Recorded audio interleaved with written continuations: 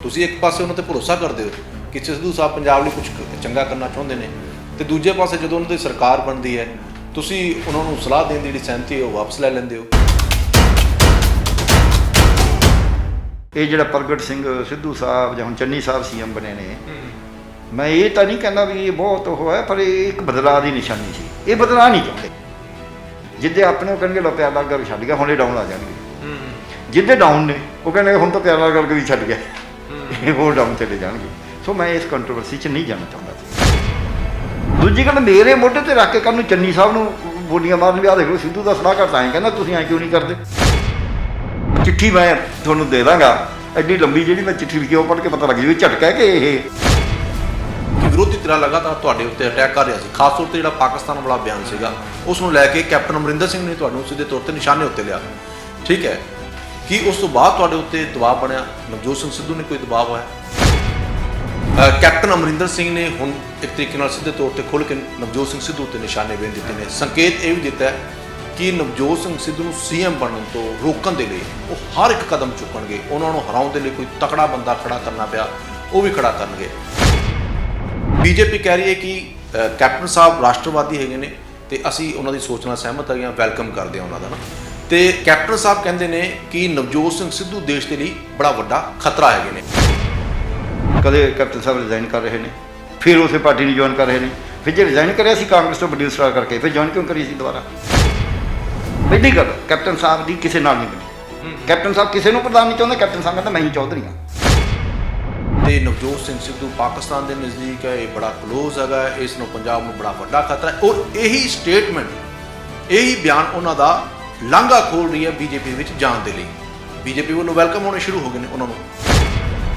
Captain ਸਾਹਿਬ ਨੇ ਪੰਜਾਬ ਨੂੰ ਅੱਗ ਲਾਉਣ ਦੀ ਗੱਲ ਸਕੀਮ ਹੈ ਇਹਨਾਂ ਦੇ ਮਨ 'ਚ। ਕੈਪਟਨ ਸਾਹਿਬ ਦੀ ਸਰਕਾਰ 'ਚ ਇੱਕ ਕਿਤਾਬ ਛਪੀ ਇਤਿਹਾਸ ਦੀ। RSS ਦਾ ਬੰਦਾ ਉਹ ਕਮੇਟੀ ਦਾ ਚੇਅਰਮੈਨ ਸੀ। ਕੈਪਟਨ ਸਾਹਿਬ ਜਵਾਬ ਦੇਣ, ਉਹ 'ਚ ਲਿਖਿਆ ਗਿਆ ਸੀ ਵੀ ਭਗਤ ਸਿੰਘ ਟੈਰਰਿਸਟ ਸੀ। ਕੈਪਟਨ ਸਾਹਿਬ ਤਾਂ ਸਭ ਨਹੀਂ ਕਹਿੰਦੇ ਨੇ ਵੀ ਬੀਜੇਪੀ ਨਾਲ ਰਲੇ ਹੋਏ ਸੀ, ਇੱਧਰੋਂ ਅਕਾਲੀਆਂ ਨਾਲ ਰਲੇ ਹੋਏ ਸੀ। ਆ ਜਿਹੜੇ ਬਰਗਾੜੀ ਕਾਂਡ ਹੋਰ ਸਾਰਾ ਕੁਝ ਹੋਇਆ ਉਹ 'ਤੇ ਕੈਪਟਨ ਸਾਹਿਬ ਤੇ ਦੋਸ਼ ਦੇ ਦੇਣ ਜਵਾਬ ਕੇ ਕੈਪਟਨ ਸਾਹਿਬ। ਕਿ ਹੁਣ ਜਿਹੜੇ ਚਰਨਜੀਤ ਸਿੰਘ ਚੰਨੀ ਮੁੱਖ ਮੰਤਰੀ ਬਣੇ ਨੇ, ਨਵਜੋਤ ਸਿੰਘ ਸਿੱਧੂ ਸਰਕਾਰ ਚਲਾ ਰਹੇ ਹੈਗੇ ਨੇ ਤੇ ਇਹ ਉਹੀ ਅਫਸਰ ਲਾ ਰਹੇ ਨੇ ਤੇ ਉਹਨਾਂ ਕੋਲ ਪੁੱਛ ਰਹੇ ਨੇ ਕਿ ਤੁਸੀਂ 20 ਦਿਨਾਂ ਦੇ ਅੰਦਰ ਅੰਦਰ ਬਾਦਲਾਂ ਨੂੰ ਚੱਕ ਕੇ ਅੰਦਰ ਮਾਰੋਗੇ। ਜਿਹੜੇ ਸੁਖਬੀਰ ਬਾਦਲ ਸਾਹਿਬ ਮੁੱਖ ਮਿਲਣ ਜਾਂਦੇ ਨੇ ਗਵਰਨਰ ਸਾਹਿਬ ਨੂੰ, ਇਹ ਤਾਂ ਪੱਕੇ, ਇਹ ਤਾਂ ਮਤਲਬ ਕਲੀਅਰ ਹੀ ਹੋ ਗਿਆ ਵੀ ਜਿੰਨਾ ਚਿਰ ਤਾਂ ਜੀ ਕੈਪਟਨ ਸੀ ਉਹਦੇ ਨਾਲ ਸਾਡੀ ਸਾਂਝ ਸੀ, ਉਹਨਾਂ ਨੇ ਤਾਂ ਸਾਨੂੰ ਕੁਝ ਨਹੀਂ ਕਹਿਣਾ ਸੀ, ਹੁਣ ਸਾਨੂੰ ਖਤਰਾ ਹੈ। ਕਿ ਚਰਨਜੀਤ ਸਿੰਘ ਚੰਨੀ ਦੇ ਮੁੱਖ ਮੰਤਰੀ ਬਣਨ ਦੇ ਨਾਲ ਜਿਹੜੇ ਸਿਆਸੀ ਸਮੀਕਰਨ ਨੇ ਉਹ ਕੀ ਬਣਨਗੇ? 2022 ਦੇ ਵਿੱਚ ਜਿਹੜਾ ਮੁਕਾਬਲਾ ਹੈਗਾ ਉਹ ਹੁਣ ਕਿੰਨਾ ਪਾਰਟੀਆਂ ਦੇ ਵਿੱਚ ਦੇਖਣ ਨੂੰ ਮਿਲ ਸਕਦਾ? ਸਤਿ ਸ਼੍ਰੀ ਅਕਾਲ, ਤੁਸੀਂ ਦੇਖ ਰਹੇ ਹੋ ਹਮਦਰਦ ਟੀਵੀ ਤੇ ਮੈਂ ਅਮਨ ਮੋਹਨ ਮੋਹਜਾਲ। ਸੋ ਪੰਜਾਬ ਦੀ ਸਿਆਸਤ ਪਲ ਪਲ ਬਦਲ ਰਹੀ ਹੈ, ਹਰ ਰੋਜ਼ ਨਵੀਆਂ ਖਬਰਾਂ ਦੇਖਣ ਨੂੰ ਮਿਲਦੀਆਂ ਨੇ। ਨਵਜੋਤ ਸਿੰਘ ਸਿੱਧੂ ਪੰਜਾਬ ਕਾਂਗਰਸ ਦੇ ਪ੍ਰਧਾਨ ਬਣੇ ਤੇ ਹੁਣ ਚਰਨਜੀਤ ਸਿੰਘ ਚੰਨੀ ਪੰਜਾਬ ਦੇ ਮੁੱਖ ਮੰਤਰੀ ਬਣੇ ਨੇ। ਨਵਜੋਤ ਸਿੰਘ ਸਿੱਧੂ ਦੀ ਜਿੱਤ ਹੋਈ ਹੈ ਇਸ ਮਾਮਲੇ ਦੇ ਵਿੱਚ। ਕੈਪਟਨ ਅਮਰਿੰਦਰ ਸਿੰਘ ਨੂੰ ਉਹਨਾਂ ਨੇ ਕੁਰਸੀ ਤੋਂ ਲਾ ਦਿੱਤਾ। ਪਰ ਇੱਕ ਖਾਸ ਗੱਲ ਇਹ ਹੈਗੀ ਕਿ ਜਦੋਂ ਨਵਜੋਤ ਸਿੰਘ ਸਿੱਧੂ ਪੰਜਾਬ ਕਾਂਗਰਸ ਦੇ ਪ੍ਰਧਾਨ ਬਣੇ ਤਾਂ ਉਹਨਾਂ ਨੇ ਦੋ ਬੁੱਧੀਜੀਵੀਆਂ ਨੂੰ ਆਪਣਾ ਸਲਾਹਕਾਰ ਲਾਇਆ ਸੀ, ਜਿਨ੍ਹਾਂ ਦੇ ਵਿੱਚੋਂ ਇੱਕ ਨਾਮ ਮਾਲਵਿੰਦਰ ਸਿੰਘ ਮਾਲੀ ਜੀ ਤੇ ਦੂਸਰਾ ਨਾਮ ਡਾਕਟਰ ਪਿਆਰ ਲਾਲ ਗਰਗ ਜੀ। ਮਾਲੀ ਸਾਹਿਬ ਨੇ ਬੀਤੇ ਦਿਨ ਹੀ ਸਪਸ਼ਟ ਕਰ ਦਿੱਤਾ ਸੀਗਾ ਕਿ ਹੁਣ ਨਵਜੋਤ ਸਿੰਘ ਸਿੱਧੂ ਨੂੰ ਸਲਾਹਕਾਰ ਵਜੋਂ ਸਲਾਹ ਨਹੀਂ ਦੇਣਗੇ, ਪਰ ਉਹ ਖੁੱਲ੍ਹੇ ਤੌਰ ਦੇ ਉੱਤੇ ਸਲਾਹ ਜ਼ਰੂਰ ਦੇਣਗੇ। ਜਿਹੜੀ ਚੰਗੀ ਲੱਗੇ ਸਿੱਧੂ ਸਾਹਿਬ ਲੈ ਸਕਦੇ ਨੇ, ਜਿਹੜੀ ਮਾੜੀ ਲੱਗੇ ਛੱਡ ਸਕਦੇ ਨੇ। ਤੇ ਹੁਣ ਡਾਕਟਰ ਪਿਆਰੇ ਲਾਲ ਗਰਗ ਹੋਰਾਂ ਨੇ ਵੀ ਪੈਰ ਪਿੱਛੇ ਖਿੱਚੇ ਹੈਗੇ ਨੇ। ਖਬਰਾਂ ਹੈਗੀਆਂ ਨੇ ਮੀਡੀਆ ਦੇ ਵਿੱਚ ਕਿ ਡਾਕਟਰ ਪਿਆਰੇ ਲਾਲ ਗਰਗ ਜੀ ਨੇ ਹੁਣ ਉਹਨਾਂ ਦੇ ਸਲਾਹਕਾਰ ਤੋਂ ਅਸਤੀਫਾ ਦਿੱਤਾ ਹੈ। ਪਰ ਗਰਗ ਸਾਹਿਬ ਦਾ ਕਹਿਣਾ ਹੈ ਕਿ ਨਵਜੋਤ ਸਿੰਘ ਸਿੱਧੂ ਨੇ ਜਿਹੜਾ ਉਹਨਾਂ ਨੂੰ ਸਲਾਹਕਾਰ ਲਾਇਆ ਸੀ, ਉਹਨਾਂ ਨੇ ਉਸ ਤੋਂ ਸਹਿਮਤੀ ਦਿੱਤੀ ਸੀ ਸਲਾਹਕਾਰ ਵਜੋਂ, ਸਹਿਮਤੀ ਜਿਹੜੀ ਹੈ ਉਹਨੂੰ ਵਾਪਸ ਲੈ ਲਿੱਤੀ ਹੈ। ਪਰ ਸਵਾਲ ਬੜਾ ਵੱਡਾ ਖੜਾ ਹੁੰਦਾ ਹੈ ਕਿ ਜਦੋਂ ਹੁਣ ਸਰਕਾਰ ਵੀ ਸਿੱਧੂ ਸਾਹਿਬ ਹੋਰਾਂ ਦੀ ਆ ਗਈ ਹੋਵੇ, ਚੰਨੀ ਸਾਹਿਬ ਮੁੱਖ ਮੰਤਰੀ ਬਣ ਗਏ ਹੋਣ ਤੇ ਅਜੇ ਸਮੇਂ ਤਾਂ ਬੰਦੇ ਉਹਨਾਂ ਦਾ ਸਰਕਾਰਾਂ ਦੇ ਨੇੜੇ ਜਾਂਦੇ ਨੇ। ਫਿਰ ਕੀ ਵੱਡੇ ਕਾਰਨ ਰਹੇ ਕਿ ਡਾਕਟਰ ਪਿਆਰ ਲਾਲ ਗਰਗ ਹੋਰਾਂ ਹੁਣ ਪਿੱਛੇ ਨੂੰ ਜਾ ਰਹੇ ਨੇ, ਉਹਨਾਂ ਨੇ ਪੈਰ ਪਿੱਛੇ ਖਿੱਚ ਲਏ। ਸੋ ਗਰਗ ਸਾਹਿਬ ਇਸ ਵੇਲੇ ਸਾਡੇ ਨਾਲ ਮੌਜੂਦ ਨੇ, ਗੱਲਬਾਤ ਕਰਾਂਗੇ ਤੇ ਪੰਜਾਬ ਦੇ ਹੋਰ ਵੀ ਸਿਆਸੀ ਹਾਲਾਤਾਂ ਦੇ ਉੱਤੇ ਵੀ ਚਰਚਾ ਕਰਾਂਗੇ। ਗਰਗ ਸਾਹਿਬ, ਹਮਦਰਦ ਟੀਵੀ ਤੇ ਤੁਹਾਡਾ ਨਿੱਘਾ ਸਵਾਗਤ। ਸ਼ੁਕਰੀਆ ਜੀ ਬਹੁਤ ਬਹੁਤ। ਡਾਕਟਰ ਸਾਹਿਬ, ਆਮ ਤੌਰ ਤੇ ਦੇਖਿਆ ਜਾਂਦਾ ਜਦੋਂ ਸਰਕਾਰ ਬਣਦੀ ਹੈ, ਹੁਣ ਤਾਂ ਨਵਜੋਤ ਸਿੰਘ ਸਿੱਧੂ ਦੀ ਬੱਲੇ ਬੱਲੇ ਹੈਗੀ ਹੈ, ਉਹਨਾਂ ਦੇ ਅਕੋਰਡਿੰਗ ਮੁੱਖ ਮੰਤਰੀ ਵੀ ਬਣ ਗਿਆ, ਸਾਰਾ ਕੁਝ ਚੱਲ ਰਿਹਾ, ਕੈਬਨਿਟ ਵੀ ਹੁਣ ਉਹਨਾਂ ਦੇ ਅਕੋਰਡਿੰਗ ਬਣਨ ਵਾਲੀ ਹੈਗੀ ਹੈ। ਤੇ ਅਜੇ ਸਮੇਂ ਦੇ ਵਿੱਚ ਤਾਂ ਜਿਹੜੇ ਬੰਦੇ ਨੇ ਉਹ ਨੇੜੇ ਜਾਂਦੇ ਨੇ ਤਾਂ ਜੋ ਹੋਰ ਨੇੜਤਾ ਕਾਇਮ ਹੋਵੇ, ਤੇ ਕਈ ਬੰਦਿਆਂ ਨੇ ਕੰਮ ਵੀ ਆਪਣੇ ਲੈਣੇ ਹੁੰਦੇ, ਮੈਂ ਸਿੱਧੇ ਤੌਰ ਤੇ ਸਪਸ਼ਟ ਸ਼ਬਦਾਂ ਨਾਲ ਕਹਾਂ। ਪਰ ਜਦੋਂ ਹੁਣ ਤਾਂ ਸਰਕਾਰ ਵੀ ਸਿੱਧੂ ਸਾਹਿਬ ਦੀ ਤੇ ਮੁੱਖ ਮੰਤਰੀ ਵੀ ਉਹਨਾਂ ਦੇ, ਤੇ ਤੁਸੀਂ ਅਜੇ ਸਮੇਂ ਦੇ ਵਿੱਚ ਕਿਹਾ ਕਿ ਹੁਣ ਤੁਸੀਂ ਉਹਨਾਂ ਦੇ ਸਲਾਹਕਾਰ ਵਜੋਂ ਜਿਹੜੀ ਸਹਿਮਤੀ ਉਹਨਾਂ ਨੇ ਦਿੱਤੀ ਸੀ ਵਾਪਸ ਲੈ ਲਈ ਤੁਸੀਂ ਆਪਣੀ ਸਹਿਮਤੀ, ਕਾਰਨ ਕੀ ਰਿਹਾ? ਦੇਖੋ ਗੱਲ ਇਹ ਹੈ ਅਮਨ ਮੋਹਨ ਜੀ, ਸਵਾਲ ਤੁਹਾਡਾ ਬੜਾ ਜਾਇਜ਼ ਹੈ। ਜੇ ਅਸੀਂ ਆਮ ਜੀਵਨ ਨੂੰ ਦੇਖੀਏ ਤਾਂ ਤੁਹਾਡੀ ਗੱਲ ਠੀਕ ਹੈ, ਪਰ ਉਹਦੇ 'ਚ ਕੁਝ ਵੱਖਰਾ ਵੀ ਹੁੰਦਾ ਹੈ। ਸਮਾਜ ਦੇ ਵਿੱਚ ਜਦੋਂ ਜੇ ਵਖਰੇਵਾਂ ਨਾ ਹੋਵੇ ਤਾਂ ਸਮਾਜ ਠੀਕ ਨਹੀਂ ਹੁੰਦਾ। ਉਹਦੇ ਵਿੱਚ ਇਹ ਹੈ ਵੀ ਈਵਨ ਪਸ਼ੂ ਪਕਸ਼ੀਆਂ 'ਚ ਇਹ ਹੈ। ਮੈਨੂੰ ਕਿਸੇ ਨੇ ਦੱਸਿਆ, ਕਲਕੱਤੇ ਮੈਂ ਗਿਆ ਸੀ ਇੱਕ ਟ੍ਰੇਨਿੰਗ 'ਚ, ਉੱਥੇ ਕਹਿੰਦੇ ਯਾਰ ਇੱਕ ਮੱਛੀ ਆ, ਉਹ ਛੋਟੀ ਜਿਹੀ ਸੀ, ਮੈਂ ਤਾਂ ਖਾਂਦਾ ਨਹੀਂ, ਨਾ ਮੈਨੂੰ ਪਤਾ ਕਿਆ, ਕਹਿੰਦੇ ਇਹ ਬੜੀ ਟੇਸਟੀ ਬਣਦੀ ਹੈ। ਮੈਂ ਮੂੰਹ 'ਚ ਪੁੱਛ ਰਿਹਾ ਵੀ ਟੇਸਟੀ ਕਿਉਂ ਬਣਦੀ ਹੈ? ਕਹਿੰਦੇ ਜਿਹੜਾ ਪਾਣੀ ਦਾ ਵਹਾਅ ਹੈ ਨਾ, ਇਹਦੇ ਉਲਟ ਚੱਲਦੀ ਹੈ, ਅਤੇ ਜਿਹੜੇ ਵਹਾਅ ਦੇ ਨਾਲ ਚੱਲਣੇ ਬੜੀਆਂ ਮੋਟੀਆਂ ਮੋਟੀਆਂ ਹੁੰਦੀਆਂ ਨੇ, ਪਰ ਹੁੰਦੀਆਂ ਨਹੀਂ, ਸਵਾਦ ਨਹੀਂ ਹੁੰਦੀਆਂ। ਸੋ ਮੈਂ ਆਖਿਆ ਵੀ ਆਪਣੀ ਤਾਂ ਆਦਤ ਹੀ ਪਾਣੀ ਦੇ ਵਹਾਅ ਦੇ, ਤਾਂ ਮਤਲਬ ਇਹ ਠੀਕ ਹੈ ਮੱਛੀ। ਸੋ ਪਾਣੀ ਦੇ ਵਹਾਅ ਦੇ ਨਾਲ ਜਾਣਾ ਹੋਵੇ ਤਾਂ ਜਦ ਬੰਦੇ ਕੋਲ ਤਾਕਤ ਹੋਵੇ, ਉਹ ਕਹਿੰਦੇ ਸੁਖਮੇ, ਜੇ ਰੱਬ ਦਾ ਨਾਮ ਵੀ ਲੈਣਾ, ਸੁਖਮੇ ਸਿਮਰਨ ਸਭ ਕਰੇ, ਦੁੱਖ ਮੇ ਕਰੇ ਨਾ ਕੋਏ, ਜੋ ਸੁਖਮੇ ਸਿਮਰਨ ਕਰੇ ਤਾਂ ਦੁੱਖ ਕਾਏ ਕੋਏ, ਕਬੀਰ ਸਾਹਿਬ ਨੇ ਕਿਹਾ। ਇੱਦਾਂ ਹੀ ਸੁੱਖ ਦੇ ਵਿੱਚ ਹਰੇਕ ਬੰਦਾ ਤੁਹਾਡਾ ਮੀਤ ਹੈ, ਦੁੱਖ ਦੇ ਵਿੱਚ ਸਭ ਛੱਡਿਆ ਜਾਂਦਾ। ਤਾਂ ਹੀ ਦੁਨੀਆ ਕਹਿੰਦੀ ਹੈ ਵੀ ਜਿਹੜੇ ਸੱਜਣ ਮਿੱਤਰ ਨੇ ਉਹ ਦੁੱਖ ਵੇਲੇ ਪਰਖੇ ਜਾਂਦੇ ਨੇ। ਹੈ ਦੋਸਤੀ, ਰਿਸ਼ਤੇਦਾਰੀ, ਹੌਸਲਾ, ਸਿਦਕ, ਸਿਰੜ, ਇਹ ਦੁੱਖ 'ਚ ਪਰਖੇ ਜਾਂਦੇ ਨੇ, ਸੁੱਖ 'ਚ ਨਹੀਂ ਹੁੰਦੇ। ਸੋ ਹੁਣ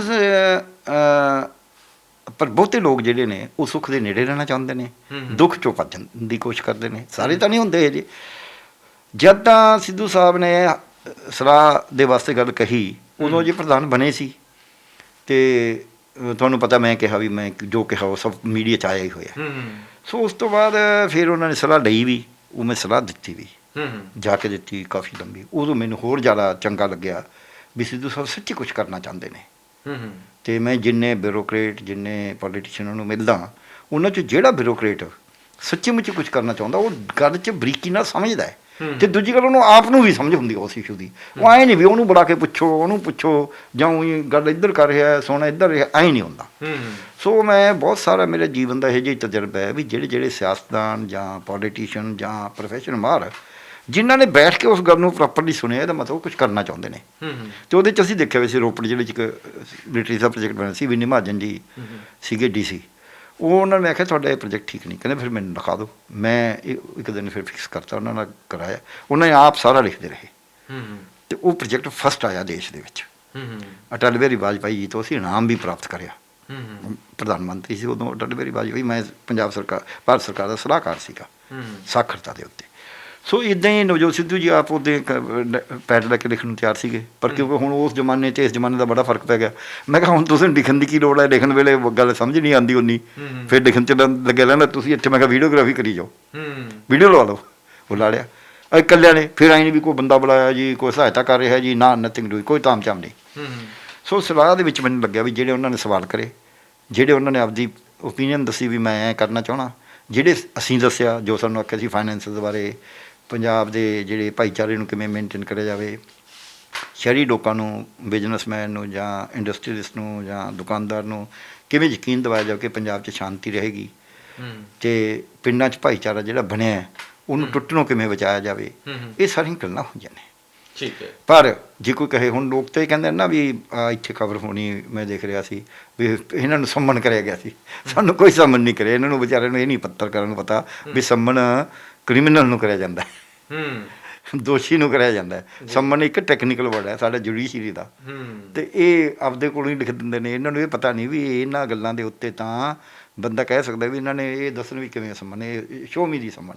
ਪਰ ਗਰਗ ਸਾਹਿਬ ਸਵਾਲ ਇਹ ਮੀਡੀਆ ਦੇ ਵਿੱਚ ਇਹ ਉੱਠ ਰਿਹਾ, ਜਿਹੜਾ ਲੋਕ ਵੀ ਤੁਹਾਡੇ ਤੋਂ ਜਾਣਨਾ ਚਾਹੁੰਦੇ ਨੇ, ਉਹ ਇਹ ਸੋਚ ਰਹੇ ਨੇ ਕਿ ਹੁਣ ਤੁਹਾਡੀ ਜਿਹੜੀ ਸਿੱਧੂ ਸਾਹਿਬ ਨਾਲ ਕੋਈ ਖੜਕੀ ਹੈ, ਕੀ ਗੱਲਬਾਤ ਹੋਈ ਕਿ ਤੁਸੀਂ ਸਲਾਹ ਦੇਣ ਤੋਂ ਉਹਨਾਂ ਨੂੰ, ਤੁਸੀਂ ਇੱਕ ਪਾਸੇ ਉਹਨਾਂ 'ਤੇ ਭਰੋਸਾ ਕਰਦੇ ਹੋ ਕਿ ਸਿੱਧੂ ਸਾਹਿਬ ਪੰਜਾਬ ਲਈ ਕੁਝ ਚੰਗਾ ਕਰਨਾ ਚਾਹੁੰਦੇ ਨੇ, ਅਤੇ ਦੂਜੇ ਪਾਸੇ ਜਦੋਂ ਉਹਨਾਂ ਦੀ ਸਰਕਾਰ ਬਣਦੀ ਹੈ ਤੁਸੀਂ ਉਹਨਾਂ ਨੂੰ ਸਲਾਹ ਦੇਣ ਦੀ ਜਿਹੜੀ ਸਹਿਮਤੀ ਹੈ ਉਹ ਵਾਪਸ ਲੈ ਲੈਂਦੇ ਹੋ, ਅਤੇ ਇਹਦਾ ਮਤਲਬ ਕੀ ਨਿਕਲਦਾ? ਹਾਂ, ਮਤਲਬ ਸਿੱਧਾ ਜਿਹਨੇ ਮਤਲਬ ਇਹ ਕੱਢਣਾ ਹੈ ਵੀ ਇਹਦੀ ਖੜਕੀ ਹੋਣੀ ਹੈ, ਉਹ ਇਹ ਮਤਲਬ ਕੱਢੂਗਾ।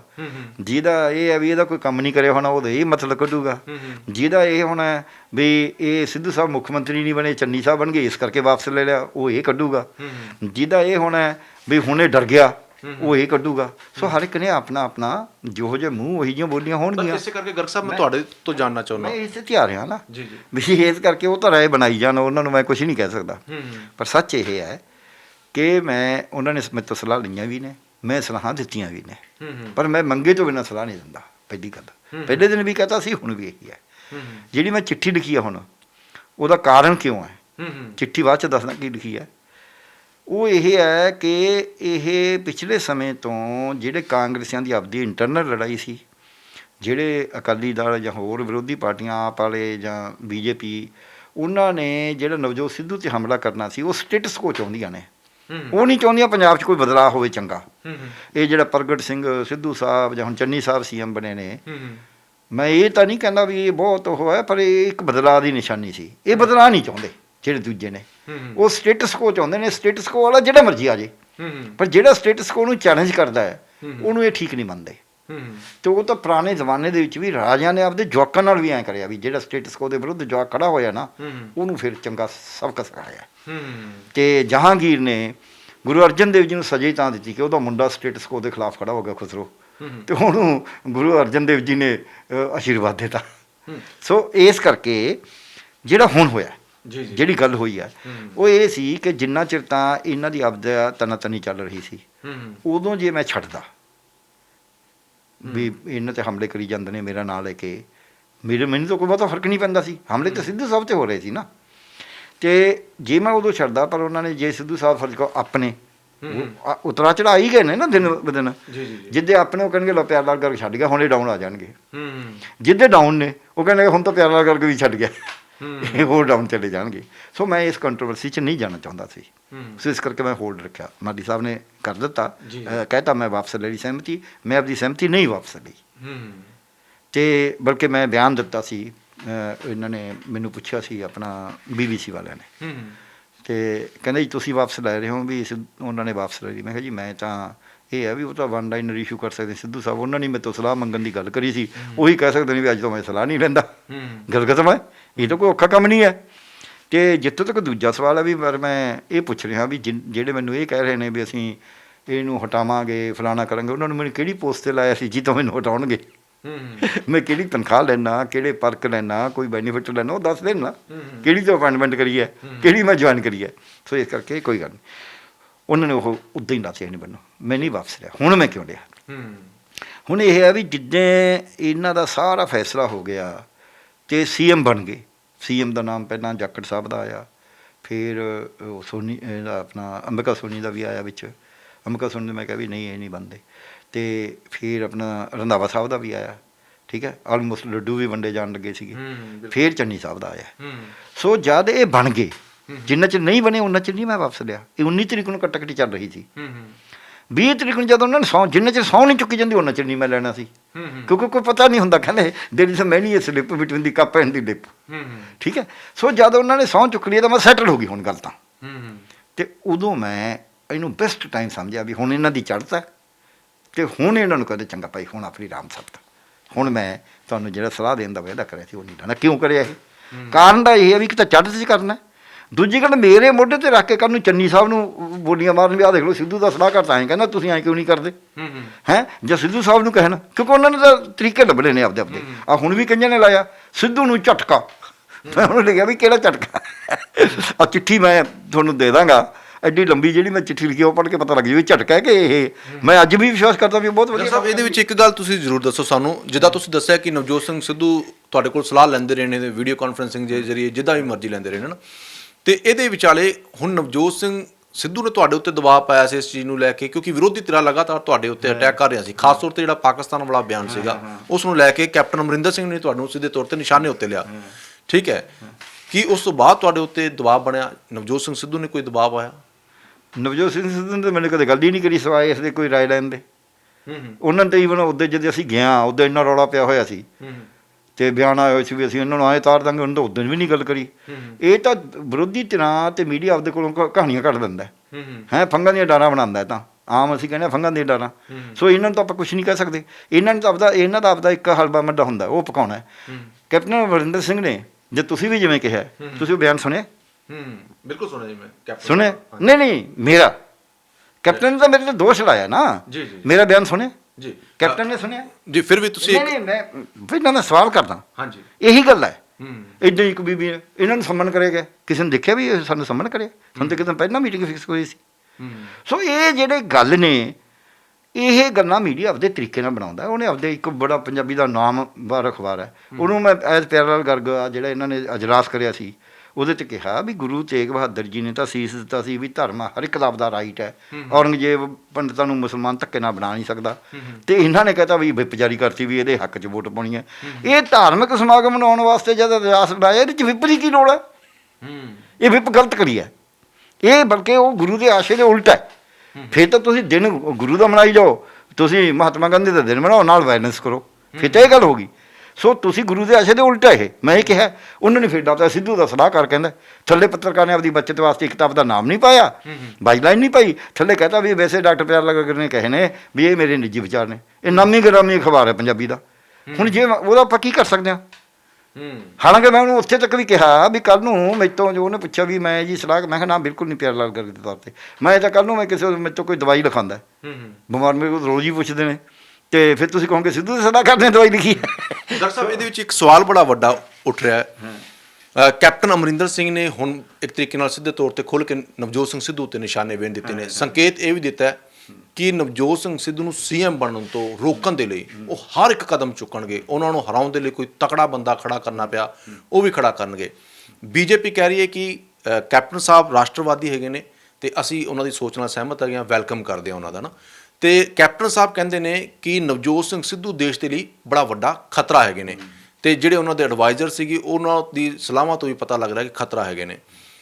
ਤੁਹਾਡੀ ਕੀ ਸੋਚ ਕਹਿੰਦੀ ਹੈ ਕਿ ਜਿਹੜੀ ਇਹ ਇੱਕ ਤਸਵੀਰ ਕ੍ਰੀਏਟ ਕੀਤੀ ਜਾ ਰਹੀ ਹੈ ਨਵਜੋਤ ਸਿੰਘ ਸਿੱਧੂ ਦੇ ਪ੍ਰਤੀ ਕਿ ਦੇਸ਼ ਲਈ ਬੜਾ ਵੱਡਾ ਖਤਰਾ ਹੈਗੇ ਨੇ, ਇਹਦਾ ਅਖੀਰ ਕੀ ਹੋਊਗਾ? ਦੇਖੋ ਗੱਲ ਇਹ ਹੈ, ਕੈਪਟਨ ਸਾਹਿਬ ਨੇ ਘੱਟ ਕਾਰਗੁਜ਼ਾਰੀ ਹੈ। ਕਦੇ ਕੈਪਟਨ ਸਾਹਿਬ ਰਿਜ਼ਾਈਨ ਕਰ ਰਹੇ ਨੇ, ਫਿਰ ਉਸੇ ਪਾਰਟੀ ਨੂੰ ਜੁਆਇਨ ਕਰ ਰਹੇ ਨੇ, ਫਿਰ ਜੇ ਰਿਜ਼ਾਈਨ ਕਰਿਆ ਸੀ ਕਾਂਗਰਸ ਤੋਂ ਵੱਡੀ ਉਸਰਾ ਕਰਕੇ, ਫਿਰ ਜੁਆਇਨ ਕਿਉਂ ਕਰੀ ਸੀ ਦੁਬਾਰਾ? ਦੱਸਣ ਇਹ ਕਿ ਉਦੋਂ ਕਾਂਗਰਸ ਚੰਗੀ ਹੋ ਗਈ ਸੀ। ਦੂਜੀ ਗੱਲ, ਰਜਿੰਦਰ ਕੌਰ ਭੱਠਰ ਜੀ ਸੀਗੇ ਸੀਐਮ, ਉਦੋਂ ਉਹਨਾਂ ਦੇ ਉਲਟ ਰਹੇ, ਫਿਰ ਉਹਨਾਂ ਨੂੰ ਵੀ ਸੀਐਮ ਹਟਾ ਕੇ ਇਹਨਾਂ ਨੂੰ ਲਾਇਆ ਗਿਆ ਸੀ ਨਾ। ਫਿਰ ਉਹਨਾਂ 'ਤੇ 20 ਲੱਖ ਦਾ ਕੋਈ ਇੱਕ ਸੀਐਮ ਹੈ, ਉਹਦਾ ਅਖਤਿਆਰੀ ਫੰਡ ਹੈ, ਉਹਨੇ ਯੂਜ਼ ਕਰਿਆ ਜਾਂ ਤਾਂ ਖਾਧਾ ਹੋਵੇ, ਉਹਨੇ ਖਾਧਾ ਵੀ ਨਹੀਂ, ਉਹਨਾਂ ਨੂੰ ਘੁਮਾਈ ਰੱਖਿਆ ਸਾਰਾ ਦਿਨ। ਕੈਪਟਨ ਸਾਹਿਬ ਦੀ ਕਦ ਬਣੀ ਹੈ? ਬਾਜਵਾ ਸਾਹਿਬ ਨਾਲ ਨਹੀਂ ਬਣੀ, ਇਹਨਾਂ ਦੀ ਦੁੱਲੋ ਸਾਹਿਬ ਨਾਲ ਨਹੀਂ ਬਣੀ, ਜਿਹੜਾ ਪ੍ਰੈਜ਼ੀਡੈਂਟ ਬਣ ਗਿਆ ਉਹਦੇ ਨਾਲ ਹੀ ਨਹੀਂ ਬਣੀ। ਕੈਪਟਨ ਸਾਹਿਬ ਆਪਦੀ ਮੰਜੀ ਥੱਲੇ ਸੁੱਟਾ ਫਿਰਨ ਵੀ ਤੁਸੀਂ ਕਾਂਗਰਸੀ ਹੋ ਕਿ ਤੁਸੀਂ ਵਿਅਕਤੀ ਹੋ, ਉਹ ਰਾਜਾਸ਼ਾਹੀ ਕਰਦੇ ਨੇ। ਕੈਪਟਨ ਸਾਹਿਬ ਨੇ, ਮੈਂ ਇਹ ਸਵਾਲ ਇਹੀ ਤਾਂ ਹੀ ਕਰ ਰਿਹਾ, ਤੁਸੀਂ ਕਿਹਾ ਨਾ ਵੀ ਉਹਨਾਂ ਦਾ ਇਹ ਹੈ। ਪਹਿਲੀ ਗੱਲ, ਕੈਪਟਨ ਸਾਹਿਬ ਦੀ ਕਿਸੇ ਨਾਲ ਨਹੀਂ ਬਣੀ। ਕੈਪਟਨ ਸਾਹਿਬ ਕਿਸੇ ਨੂੰ ਪ੍ਰਧਾਨ ਨਹੀਂ ਚਾਹੁੰਦੇ, ਕੈਪਟਨ ਸਾਹਿਬ ਕਹਿੰਦਾ ਮੈਂ ਹੀ ਚੌਧਰੀ ਹਾਂ। ਅਗਲੀ ਗੱਲ, ਚੌਧਰ ਕਰਦੇ ਵੀ ਨਹੀਂ। 2002 ਵਾਲੀ ਸਰਕਾਰ 'ਚ ਫਿਰ ਵੀ ਕੁਛ ਕਰਿਆ ਸੀ ਇਹਨਾਂ ਨੇ, ਹੁਣ ਕੁਛ ਨਹੀਂ ਕਰਿਆ। ਇੱਕ ਬਿਊਰੋਕਰੇਟ ਨੂੰ ਸਰਕਾਰ ਫੜਾ ਰੱਖੀ ਹੈ। ਜੇ ਬਿਊਰੋਕਰੇਟ ਨੂੰ ਤੁਸੀਂ ਸਰਕਾਰ ਫੜਾਉਣੀ ਹੈ, ਤੁਸੀਂ ਸੀਐਮ ਕਾਹਦੇ ਵਾਸਤੇ ਬਣੇ ਹੋ? ਤੁਸੀਂ ਤਾਂ ਆਪਦੇ ਮਿਨਿਸਟਰਾਂ ਤੱਕ ਨੂੰ ਨਹੀਂ ਮਿਲਦੇ, ਐਮਐਲਏ ਤੱਕ ਨੂੰ ਮਿਲਦੇ। ਫਿਰ ਅਗਲੀ ਗੱਲ, ਉਹ ਦੋਸ਼ ਲਾਉਂਦੇ ਨੇ। ਮੈਂ ਇਹ ਸਵਾਲ ਪੁੱਛਦਾ, ਤੁਸੀਂ ਮੇਰੇ ਕੋਲ ਆ ਗਏ, ਮੇਰੀ ਤੁਹਾਡੇ ਨਾਲ ਬਿਲਕੁਲ ਹੀ ਨਹੀਂ ਅੱਖ ਮਿਲਦੀ, ਕਿਸੇ ਪੱਕੇ 'ਚ ਮਿਲ ਗਏ, ਅਤੇ ਉੱਥੇ ਮਿਲਣਾ ਵੀ ਇਸ ਤਰੀਕੇ ਦਾ ਹੈ ਕਿ ਉੱਥੇ ਇਹੋ ਜਿਹਾ ਕੰਮ ਹੈ ਜਿੱਥੇ ਦੋਹਾਂ ਦੇ ਹਿੱਤਾਂ ਦੇ ਵਿੱਚ ਹੈ, ਮੇਰੇ ਵੀ ਹਿੱਤ 'ਚ ਉਹ ਕੰਮ ਹੋਵੇ ਔਰ ਕਰਨਾ ਤੁਸੀਂ ਇਹ ਨਾਲ ਰਲ ਕੇ। ਤੁਸੀਂ ਮੇਰੇ ਵੱਲ ਹੱਥ ਕੱਢ ਦਿਓ, ਜਾਂ ਤੁਹਾਡਾ ਕਲਚਰ ਹੈ ਜੱਫੀ ਪਾਉਣ ਦਾ, ਜਾਂ ਸਤਿ ਸ਼੍ਰੀ ਅਕਾਲ ਬੁਲਾਉਣ ਦਾ, ਜਾਂ ਕੋਈ ਹੋਰ ਕਰਨ ਦਾ, ਜਿਵੇਂ ਕਈ ਮੱਥਾ ਚੁੰਮਦੇ ਨੇ, ਅਤੇ ਮੈਂ ਉਦੋਂ ਵਿਡਰਾ ਕਰਨਾ ਵੀ ਮੈਂ ਨਹੀਂ ਕਰਦਾ, ਅਤੇ ਫਿਰ ਉਹ ਕੰਮ ਕਿਵੇਂ ਹੋਊਗਾ? ਆਪਾਂ ਇੱਕ ਕੰਮ ਕਰਨ ਗਿਆ, ਜਿਹੜਾ ਕੰਮ ਸਾਡੇ ਹਿੱਤ 'ਚ ਹੈ, ਮੈਂ ਉਹ ਕਰਨ ਗਿਆ, ਅਤੇ ਤੁਸੀਂ ਉਹ ਤੁਹਾਡੇ ਬਿਨਾਂ ਉਹ ਹੋਣਾ ਨਹੀਂ, ਤੁਸੀਂ ਵਿੱਚ ਨਾਲ ਸਹਿਮਤੀ ਦੇਣੀ ਹੈ, ਅਤੇ ਤੁਸੀਂ ਮੈਨੂੰ ਹੱਥ ਮਿਲਾਉਂਦੇ ਹੋ, ਅਤੇ ਮੈਂ ਕਹਿੰਦਾ ਮੈਂ ਨਹੀਂ ਮਿਲਾਉਣਾ, ਤੁਸੀਂ ਮੈਨੂੰ ਜੱਫੀ ਪਾਉਣਾ ਮੈਂ ਨਹੀਂ ਪਾਣੀ। ਵੀ ਮੈਂ ਕੰਮ ਕਰਾਉਣ ਗਿਆ, ਮੈਂ ਇੰਨਾ ਪਾਗਲ ਤਾਂ ਨਹੀਂ ਨਾ, ਫਿਰ ਮੈਂ ਉਸ ਗਿਆ ਹੀ ਕਿਉਂ ਆ? ਮੈਨੂੰ ਤਾਂ ਦੇਸ਼ ਧਰੋਹੀ ਕਹਦੇ, ਕੋਈ ਦੂਜਾ ਬੰਦਾ ਮੇਰੇ ਘਰ ਦਾ ਕਹਦੇ ਵੀ ਲਓ ਜੀ ਇਹਨੇ ਤਾਂ ਉਹਦੇ ਨਾਲ ਅਮਨ ਮੋਹਨ ਨਾਲ ਸਾਂਝ ਪਾ ਲਈ ਜੀ, ਫਲਾਣਾ ਕਰ ਲਿਆ। ਉਹਦੇ ਉਲਟ ਉਸੇ ਦੇਸ਼ ਦੇ ਜਿਹਦਾ ਪਤਾ ਵੀ ਮਿਲਟਰੀ ਦੇ ਇੰਟੈਲੀਜੈਂਸ ਦੇ ਦੋਸ਼ ਲੱਗਦੇ ਰਹੇ ਨੇ, ਉਹ ਤੁਸੀਂ ਆਪਣੇ ਬਿਠਾਈ ਰੱਖੋ ਆਪਣੇ ਸੀਐਮ ਨਿਵਾਸ ਦੇ ਵਿੱਚ, ਜਾਂ ਜਿੱਥੇ ਵੀ ਉਹ ਪਾਵਰ ਪੂਰੀ ਦੇ ਕੇ ਰੱਖੋ। ਡਿਸੀਜ਼ਨ ਮੇਕਿੰਗ 'ਚ ਆਪਾਂ ਨੂੰ ਪਤਾ ਹੀ ਹੈ ਜੋ ਕੁਛ ਹੈ, ਬਹੁਤਾ ਕਹਿਣਾ ਨਹੀਂ ਚਾਹੀਦਾ, ਮੈਂ ਇਸ 'ਚ ਜਾ ਨਹੀਂ ਰਿਹਾ, ਹੁਣ ਤਾਂ ਬਹੁਤ ਕੁਛ ਆ ਚੁੱਕਾ ਪ੍ਰੈਸ 'ਚ। ਉਦੋਂ ਤੁਸੀਂ ਦੇਸ਼ ਭਗਤ ਹੋ। ਪ੍ਰਾਈਮ ਮਿਨਿਸਟਰ ਮੋਦੀ ਸਾਹਿਬ ਸੀਗੇ, ਪ੍ਰਾਈਮ ਮਿਨਿਸਟਰ ਮੋਦੀ ਸਾਹਿਬ ਬਿਨਾਂ ਬੁਲਾਏ ਤੋਂ ਨਵਾਜ਼ ਸ਼ਰੀਫ ਜੀ ਨੂੰ ਵਧਾਈ ਦੇਣ ਗਏ ਸੀ। ਮੈਂ ਕਹਾਂਗਾ ਉਹ ਠੀਕ ਸੀ। ਮੋਦੀ ਸਾਹਿਬ ਨੇ ਇੱਕ ਦੋਸਤੀ ਦਾ ਹੱਥ ਵਧਾਇਆ ਸੀ। ਇਹਦੇ ਨਾਲ ਕੋਈ ਕਹੇ ਵੀ ਉਹ ਤਾਂ ਪਾਕਿਸਤਾਨ ਪੱਖੀ ਹੋ ਗਏ, ਮੋਦੀ ਸਾਹਿਬ ਕਿਵੇਂ ਹੋ ਜਾਣਗੇ ਪਾਕਿਸਤਾਨ ਪੱਖੀ? ਉਹ ਦੇਸ਼ ਧਰੋਹੀ ਹੋ ਗਏ। ਕਿਵੇਂ ਦੇਸ਼ ਧਰੋਹੀ ਹੋ ਗਏ? ਉਹਨਾਂ ਨੇ ਨਵਾਜ਼ ਸ਼ਰੀਫ ਨੂੰ ਇੱਥੇ ਬੁਲਾਇਆ ਸਹੁੰ ਚੁੱਕ 'ਚ, ਫਿਰ ਦੇਸ਼ ਧਰੋਹੀ ਹੋ ਗਏ। ਅਟਲ ਬਿਹਾਰੀ ਵਾਜਪਾਈ ਜੀ ਨੇ, ਮੁਸ਼ਰਫ ਨੇ ਜਦ ਕੂਹ ਕਰੀ ਸੀ, ਉਹਨੂੰ ਕਿਸੇ ਦੁਨੀਆ ਨੇ ਰਿਕੋਗਨਾਈਜ਼ ਕਰਿਆ ਸੀ, ਅਟਲ ਬਿਹਾਰੀ ਵਾਜਪਾਈ ਜੀ ਨੇ ਆਗਰੇ 'ਚ ਬੁਲਾਇਆ। ਅਰੇ ਇਸ ਗੱਲ ਦੇ ਬਾਵਜੂਦ ਕਿ ਉਹ ਇੱਥੇ ਇੱਕ ਪਾਸੇ ਆਗਰੇ 'ਚ ਬੈਠਾ ਗੱਲ ਕਰ ਰਿਹਾ ਸੀ, ਦੂਜੇ ਪਾਸੇ ਕਾਰਗਿਲ ਹੋ ਰਿਹਾ ਸੀ ਤਿਆਰੀ। ਪਰ ਅਸੀਂ ਅਟਲ ਬਿਹਾਰੀ ਵਾਜਪਾਈ ਦੀ ਜੀ ਹਿਰਦਤ ਹੈ, ਜਿਹੜੀ ਸਟੇਟਸਮੈਨਸ਼ਿਪ ਹੈ ਉਹਨੂੰ ਅਸੀਂ ਦੇਸ਼ ਧਰੋਹ ਕਹਾਂਗੇ। ਜਿਹੜਾ ਉਹਨੂੰ ਦੇਸ਼ ਧਰੋਹ ਕਹੇਗਾ ਮੈਂ ਉਹਦੇ ਖਿਲਾਫ ਬੋਲਾਂਗਾ। ਜਿਹੜਾ ਮੋਦੀ ਸਾਹਿਬ ਦੇ ਨਵਾਜ਼ ਸ਼ਰੀਫ ਕੋਲ ਜਾਣ ਨੂੰ ਦੇਸ਼ ਧਰੋਹ ਕਹੇਗਾ ਮੈਂ ਉਹਦੇ ਖਿਲਾਫ ਬੋਲਾਂਗਾ। ਮੇਰਾ 100 ਮੋਦੀ ਸਾਹਿਬ ਨਾਲ ਮਤਭੇਦ ਹੋਵੇ ਉਹਨਾਂ ਦੀ ਪੋਲੀਟਿਕਸ ਨਾਲ, ਪਰ ਉਹ ਪ੍ਰਾਈਮ ਮਿਨਿਸਟਰ ਨੇ ਦੇਸ਼ ਦੇ। ਉਹਨਾਂ ਨੂੰ ਕਿਤੇ ਮੁਲਕ 'ਚ ਜਾ ਕੇ ਦੂਜੇ ਮੁਲਕ ਜਾ ਰਹੇ ਉਹਨਾਂ 100 ਗੱਲਾਂ ਕਰਨੀਆਂ ਨੇ, ਉਹ ਮੈਨੂੰ ਪੁੱਛ ਕੇ ਕਰਨਗੇ। ਹੂ ਐਮ ਆਈ? ਜਿਹਨੇ ਗੱਲਾਂ ਕਰਨੀਆਂ ਕਰੀ ਜਾਵੇ। ਮੋਦੀ ਸਾਹਿਬ ਦੇਸ਼ ਦੇ ਪ੍ਰਧਾਨ ਮੰਤਰੀ ਨੇ, ਉਹਨਾਂ ਨੂੰ ਜਾ ਕੇ ਕਿਸੇ ਦੇਸ਼ ਨਾਲ ਕਿਵੇਂ ਸੰਬੰਧ ਬਣਾਉਣੇ ਨੇ ਇਹ ਉਹਨਾਂ ਨੇ ਦੇਖਣਾ। ਹਾਂ, ਉਹਨਾਂ ਦਾ ਕੋਈ ਐਕਸ਼ਨ ਹੈ, ਅਸੀਂ ਕਹਿ ਸਕਦੇ ਹਾਂ ਵੀ ਇਹ ਚੰਗਾ ਮਾੜਾ ਹਰ ਇੱਕ ਨੂੰ ਕਰੀ। ਇੱਕ ਚੀਜ਼ ਬੜੀ ਆਪਾਂ ਜੇ ਬਰੀਕੀ ਦੇ ਵਿੱਚ ਜਾਈਏ ਤਾਂ ਜਦੋਂ ਦੇ ਨਵਜੋਤ ਸਿੰਘ ਸਿੱਧੂ ਪ੍ਰਧਾਨ ਬਣੇ ਨੇ ਉਸ ਤੋਂ ਬਾਅਦ ਕੈਪਟਨ ਅਮਰਿੰਦਰ ਸਿੰਘ ਦੇ ਹੁਣ ਜਿਹੜੇ ਬਿਆਨ ਦਿੱਤੇ ਨੇ ਸਭ ਤੋਂ ਜ਼ਿਆਦਾ ਵਜ਼ਨ ਇੱਕੋ ਗੱਲ ਉੱਤੇ ਵਾਰ-ਵਾਰ ਦਿੱਤਾ ਹੈ ਕਿ ਨੈਸ਼ਨਲ ਸਿਕਿਉਰਿਟੀ ਦਾ ਮਸਲਾ ਹੈਗਾ, ਪੰਜਾਬ ਇੱਕ ਸਰਹੱਦੀ ਸੂਬਾ ਹੈਗਾ ਅਤੇ ਨਵਜੋਤ ਸਿੰਘ ਸਿੱਧੂ ਪਾਕਿਸਤਾਨ ਦੇ ਨਜ਼ਦੀਕ ਹੈ, ਇਹ ਬੜਾ ਕਲੋਜ਼ ਹੈਗਾ, ਇਸ ਨੂੰ ਪੰਜਾਬ ਨੂੰ ਬੜਾ ਵੱਡਾ ਖਤਰਾ ਹੈ। ਔਰ ਇਹੀ ਸਟੇਟਮੈਂਟ, ਇਹੀ ਬਿਆਨ ਉਹਨਾਂ ਦਾ ਲਾਂਘਾ ਖੋਲ੍ਹ ਰਹੀ ਹੈ ਬੀਜੇਪੀ ਵਿੱਚ ਜਾਣ ਦੇ ਲਈ। ਬੀਜੇਪੀ ਵੱਲੋਂ ਵੈਲਕਮ ਹੋਣੇ ਸ਼ੁਰੂ ਹੋ ਗਏ ਨੇ ਉਹਨਾਂ ਨੂੰ। ਮੈਂ ਤੁਹਾਡੇ ਕੋਲੋਂ ਇਹ ਜਾਣਨਾ ਚਾਹੁੰਦਾ ਕਿ ਇਹ ਸਟੇਟਮੈਂਟ ਦੀ ਕਿੰਨਾ ਕੁ ਦਮ, ਕਿ ਵਾਕਈ ਪੰਜਾਬ ਦੀ ਜਨਤਾ ਵੀ ਜਾਣਨਾ ਚਾਹੀਦੀ ਕੋਈ ਖਤਰਾ ਹੈ ਪੰਜਾਬ ਨੂੰ, ਕਿ ਇੱਕ ਬਸ ਤਸਵੀਰ ਕ੍ਰੀਏਟ ਕੀਤੀ ਜਾ ਰਹੀ ਹੈ? ਗੱਲ ਸਮਝੀਏ ਆਪਾਂ, ਕੈਪਟਨ ਸਾਹਿਬ ਨੇ ਪੰਜਾਬ ਨੂੰ ਅੱਗ ਲਾਉਣ ਦੀ ਗੱਲ ਸਕੀਮ ਹੈ ਇਹਨਾਂ ਦੇ ਮਨ 'ਚ, ਕਿਉਂਕਿ ਅੱਜ ਦਾ ਸਾਡਾ ਸਿਆਸਤਦਾਨ ਹੈ ਵੈਸੇ ਤਾਂ ਲੋਕਾਂ ਨੂੰ ਵੰਡ ਕੇ ਰਾਜ ਕਰਦਾ ਹੈ, ਪਰ ਕੈਪਟਨ ਸਾਹਿਬ ਮੈਨੂੰ ਲੱਗਦਾ ਉਦੋਂ ਇੱਕ ਕਦਮ ਅੱਗੇ ਵਧ ਗਏ। ਅਕਾਲੀਆਂ ਨੇ ਵੀ ਅਜੇ ਅੱਗ ਨਹੀਂ ਲਾਈ, ਆਪ ਵਾਲਿਆਂ ਨੇ ਅੱਗ ਨਹੀਂ ਲਾਈ, ਵੰਡ ਕੇ ਤਾਂ ਸਾਰੀ ਕਰਦੇ ਨੇ। ਕਾਂਗਰਸ ਨੇ ਵੀ ਅਜੇ ਅੱਗ ਨਹੀਂ ਲਾਈ। ਇੱਕ ਅੱਗ ਅਸੀਂ ਝੜ ਚੁੱਕੇ ਹਾਂ, ਅਸੀਂ ਬੜੇ ਝੁਲਸ ਚੁੱਕੇ ਹਾਂ। ਪੂਰੇ ਮੁਲਕ 'ਚ ਸਾਡੀ ਬੇਇੱਜ਼ਤੀ ਹੋਈ, ਦੁਨੀਆ 'ਚ ਬੇਇੱਜ਼ਤੀ ਹੋਈ, ਜੇ ਕਿ ਸਾਡਾ ਕੋਈ ਕਸੂਰ ਨਹੀਂ ਸੀ। ਅਸੀਂ ਤਾਂ ਦੇਸ਼ ਭਗਤ ਹਾਂ, ਅਸੀਂ ਤਾਂ ਦੇਸ਼ ਵਾਸਤੇ ਕੁਰਬਾਨੀਆਂ ਕਰੀਆਂ ਨੇ, ਅਸੀਂ ਤਾਂ ਦੇਸ਼ ਨੂੰ ਅੰਨ ਪੈਦਾ ਕਰਕੇ ਦਿੱਤਾ ਹੈ। ਹਾਂ, ਜੇ ਐਮਰਜੈਂਸੀ ਲੱਗੂਗੀ ਅਸੀਂ ਵਿਰੋਧ ਕਰਾਂਗੇ ਅਤੇ ਅਸੀਂ ਕਰਿਆ, ਪਰ ਜੇ ਪਾਕਿਸਤਾਨ ਨਾਲ ਜੰਗ ਲੱਗੇਗੀ ਤਾਂ ਅਸੀਂ ਜੇ ਨਿਆਜੀ ਤੋਂ ਹਥਿਆਰ ਚੜਾਈ ਸੀ ਨਾ, ਤਾਂ ਇੱਕ ਪੰਜਾਬੀ ਜਨਰਲ ਅਰੋੜਾ ਨੇ ਚੜਾਈ ਸੀ। ਜੇ ਜਾ ਕੇ ਉੱਥੇ ਅਬਦੁਲ ਹਮੀਦ ਨੇ ਬੰਬ ਬਣ ਕੇ, ਉਹ ਮੁਸਲਮਾਨ ਸੀ ਪਰ ਪੰਜਾਬੀ ਸੀ, ਇੱਕ ਪੰਜਾਬੀ ਨੇ ਇੱਛੋ ਗਿੱਲ ਨਹਿਰ ਨੂੰ 1965 'ਚ ਤੋੜਿਆ ਸੀ। ਇਹ ਅਸੀਂ ਪੰਜਾਬੀ ਆਏ ਨਹੀਂ ਹੈਗੇ। ਜਿੱਦਾਂ 48 'ਚ ਹਮਲਾ ਕਰਿਆ ਸੀ, ਜਿਹੜਾ POK ਵਾਲਾ ਗੱਲ ਕਰਦੇ ਹਾਂ, ਉਦੋਂ ਪੰਜਾਬੀ ਫੌਜੀਆਂ ਨੇ ਜਾ ਕੇ, ਉਹ ਪਾਕਿਸਤਾਨੀ ਸੋਚਣ ਸਾਡੇ ਮਾਈਨਾਂ ਲਾਤੀਆਂ ਉਹਦੇ ਵਿੱਚ, ਉਹ ਤਾਂ ਧਰਤੀ 'ਤੇ ਗੋਲੀ ਆਤੀ ਹੈ, ਕਿਉਂਕਿ ਉਹਨਾਂ ਨੂੰ ਮਾਈਨਾਂ ਦਾ ਪਤਾ ਨਹੀਂ ਜੀ ਮਾਈਨ ਕੀ ਹੁੰਦੀ ਹੈ। ਇਹ ਪੰਜਾਬੀਆਂ ਨੇ ਕਰਿਆ, ਰੋਜ਼ ਲਾਸ਼ਾਂ ਪੰਜਾਬੀਆਂ ਦੀਆਂ ਆਉਂਦੀਆਂ ਨੇ ਬਾਰਡਰਾਂ ਤੋਂ, ਇਹ ਪੰਜਾਬੀਆਂ ਨੂੰ ਦੇਸ਼ ਤੋਂ ਹੀ ਕਹਿੰਦੇ ਨੇ। ਕੈਪਟਨ ਸਾਹਿਬ ਹੁਣ ਰਹੇ ਨੇ ਆਰਮੀ 'ਚ, ਲੋਕਾਂ ਦੇ ਤਾਂ ਪੁੱਤ ਮਾਰ ਰਹੇ ਨੇ, ਉੱਥੇ ਸ਼ਹੀਦੀਆਂ ਪ੍ਰਾਪਤ ਕਰ ਰਹੇ ਨੇ, ਰੋਜ਼ ਤਿਰੰਗੇ ਚੱਲੇ ਬੈਠੀਆਂ ਆਉਂਦੀਆਂ ਨੇ। ਤੁਹਾਡੇ ਘਰ 'ਚ ਪੰਜਾਬੀ ਬੇਈਮਾਨ ਹੋਣਗੇ, ਪੰਜਾਬੀ ਦੇਸ਼ ਤੋਂ ਹੀ ਹੋਣਗੇ, ਜਿਨ੍ਹਾਂ ਨੇ ਇੰਨੀਆਂ ਕੁਰਬਾਨੀਆਂ ਕਾਲੇ ਪਾਣੀ ਦੀਆਂ ਜੇਲ੍ਹਾਂ ਭਰੀਆਂ ਪਈਆਂ ਨੇ, ਉਹ ਦੇਸ਼ ਤੋਂ ਹੀ ਹੋ ਗਏ। ਜਿਹੜੇ ਮਾਫੀਆਂ ਮੰਗ ਕੇ ਆਏ ਨੇ 4 ਵਾਰੀ ਅੰਗਰੇਜ਼ਾਂ ਤੋਂ, ਵੀ ਅਸੀਂ ਤਾਂ ਜੀ ਜਨਾਬ ਤੁਹਾਡਾ ਕਰਾਂਗੇ, ਜੋ ਚਾਹੋਗੇ ਕਰਾਂਗੇ, ਸਾਰੀ ਯੂਥ ਤੁਹਾਡੇ ਪਿੱਛੇ ਹੋਏਗੀ, ਉਹ ਦੇਸ਼ ਧਰੋਹੀ, ਉਹ ਦੇਸ਼ ਭਗਤ ਨੇ। ਫਿਰ ਠੀਕ ਹੈ, ਫਿਰ ਜੇ ਇਹੋ ਜਿਹਾ ਤਗਮਾ ਦੇਣਾ ਕਿਸੇ ਨੇ, ਜੇ ਇਹੋ ਜਿਹਾ ਲੇਬਲ ਲਾਉਣਾ ਤਾਂ ਲਾਉਣ, ਜਿਹਨੇ ਲਾਉਣਾ ਲਾਵੇ। ਤੁਹਾਡੇ ਖਿਆਲ 'ਚ ਵੀ ਭਗਤ ਸਿੰਘ ਨੂੰ, ਇਹਨਾਂ ਨੇ ਤਾਂ ਭਗਤ ਸਿੰਘ ਨੂੰ ਟੈਰਰਿਸਟ ਲਿਖਿਆ ਹੋਇਆ। ਕੈਪਟਨ ਸਾਹਿਬ ਦੀ ਸਰਕਾਰ 'ਚ ਇੱਕ ਕਿਤਾਬ ਛਪੀ ਇਤਿਹਾਸ ਦੀ, RSS ਦਾ ਬੰਦਾ ਉਹ ਕਮੇਟੀ ਦਾ ਚੇਅਰਮੈਨ ਸੀ, ਕੈਪਟਨ ਸਾਹਿਬ ਜਵਾਬ ਦੇਣ, ਉਹ 'ਚ ਲਿਖਿਆ ਗਿਆ ਸੀ ਵੀ ਭਗਤ ਸਿੰਘ ਟੈਰਰਿਸਟ ਸੀ। ਉਹ 'ਚ ਊਧਮ ਸਿੰਘ ਬਾਰੇ ਜੋ ਲਿਖਿਆ ਗਿਆ ਸੀ, ਪੜ੍ਹ ਕੇ ਦੇਖੋ ਜਾ ਕੇ, ਉਹ 'ਚ ਲਿਖਿਆ ਗਿਆ ਊਧਮ ਸਿੰਘ ਬਾਰੇ 4 ਲਾਈਨਾਂ, ਅਸੀਂ ਮਿਲੇ ਇੱਥੇ, ਇਹਨੂੰ ਅੱਜ ਜਿਹੜੇ ਤੁਸੀਂ ਹੁਣ ਇਤਿਹਾਸ ਦੀਆਂ ਕਿਤਾਬਾਂ ਨੇ, ਇਹ ਉਦੋਂ ਦੀ ਗੱਲ ਹੀ ਹੈ, ਇਹ ਕੈਪਟਨ ਸਾਹਿਬ ਦੇ ਰਾਜ ਦੀ ਗੱਲ ਹੈ। ਜਦੋਂ ਇਹ 'ਚ ਲਿਖਿਆ ਗਿਆ ਊਧਮ ਸਿੰਘ ਇੱਕ ਯਤੀਮ ਸੀ, ਉਹ ਯਤੀਮਖਾਨੇ 'ਚ ਪੜ੍ਹਿਆ, ਉਹ ਇੱਕ ਨਜਾਇਜ਼ ਪਿਸਤੌਲ ਦੇ ਮਾਮਲੇ ਦੇ ਵਿੱਚ ਉਸ ਨੂੰ ਜੇਲ੍ਹ ਹੋ ਗਈ, ਜੇਲ੍ਹ ਕੱਟਣ ਤੋਂ ਬਾਅਦ ਉਹ ਇੰਗਲੈਂਡ ਚਲਾ ਗਿਆ, ਉੱਥੇ ਕੈਕਸਟਨ ਹਾਲ ਦੇ ਵਿੱਚ ਉਹਨੇ ਗੋਲੀ ਮਾਰਤੀ ਜਨਰਲ ਡਾਇਰ ਦੇ, ਮਾਈਕਲ ਉਡਵਾਇਰ ਦੇ, ਅਤੇ ਉਹਨੂੰ ਫਾਂਸੀ ਹੋ ਗਈ। ਇਹ ਊਧਮ ਸਿੰਘ ਦੀ ਕਥਾ ਹੈ, ਆਹ ਊਧਮ ਸਿੰਘ ਦੀ ਫੋਟੋ ਪਈ ਹੈ, ਇਹ ਊਧਮ ਸਿੰਘ ਦੀ ਕਥਾ ਹੈ। ਊਧਮ ਸਿੰਘ ਹੈ, ਉਹ ਬਿਆਨ ਜਿਹੜਾ ਉਹਨੇ ਦਿੱਤਾ, ਉਨੀਆਂ 2 ਲਾਈਨਾਂ ਨਹੀਂ ਉਹ ਕਿਤਾਬ 'ਚ ਲਿਖ ਸਕੇ। ਇਹ ਕੈਪਟਨ ਸਾਹਿਬ ਦੀ ਸਰਕਾਰ 'ਚ ਛਪੀ ਹੈ ਉਹ ਕਿਤਾਬ, ਔਰ 12ਵੀਂ 'ਚ ਲੱਗ ਰਹੀ ਸੀ, ਉਹ ਅਸੀਂ ਰੋਕੀ ਹੈ।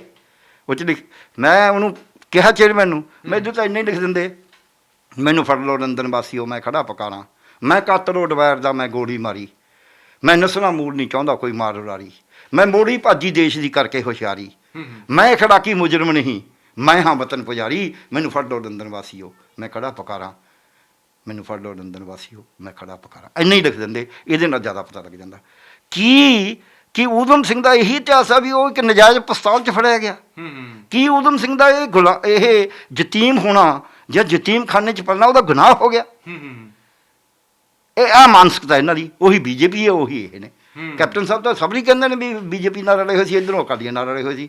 ਆ ਜਿਹੜੇ ਬਰਗਾੜੀ ਕਾਂਡ ਹੋਰ ਸਾਰਾ ਕੁਝ ਹੋਇਆ, ਉਹ ਤੇ ਕੈਪਟਨ ਸਾਹਿਬ ਤੇ ਦੋਸ਼ ਦੇ ਦੇਣ ਜਵਾਬ। ਕਿ ਕੈਪਟਨ ਸਾਹਿਬ ਜਿਹੜੇ ਕੈਪਟਨ ਸਾਹਿਬ ਦੇ ਘਰੇ ਬੈਠੇ ਰਹੇ, ਉਹਨਾਂ ਨੂੰ ਵੀਜ਼ਾ ਕੌਣ ਦਿੰਦਾ ਸੀ, ਐਕਸਟੈਂਸ਼ਨ ਕੌਣ ਦਿੰਦਾ ਸੀ? ਇਹਦਾ ਮਤਲਬ ਰਲੇ ਹੋਏ ਸੀ। ਨਹੀਂ ਤਾਂ ਤੁਸੀਂ ਜੇ ਇੰਨੇ ਹੀ ਤੁਸੀਂ ਰੋਜ਼ ਹੀ ਇਹ ਜਿੱਦਣ ਚੋਣ ਹੁੰਦੀ ਹੈ ਉਹਦੇ ਡਰੋਨ ਆ ਜਾਂਦੇ ਨੇ, ਜਿੱਦਣ ਚੋਣ ਹੁੰਦੀ ਆ ਉਹਦੇ ਕੋਈ ਟਿਫਨ ਬੰਬ ਆ ਜਾਂਦੇ ਨੇ।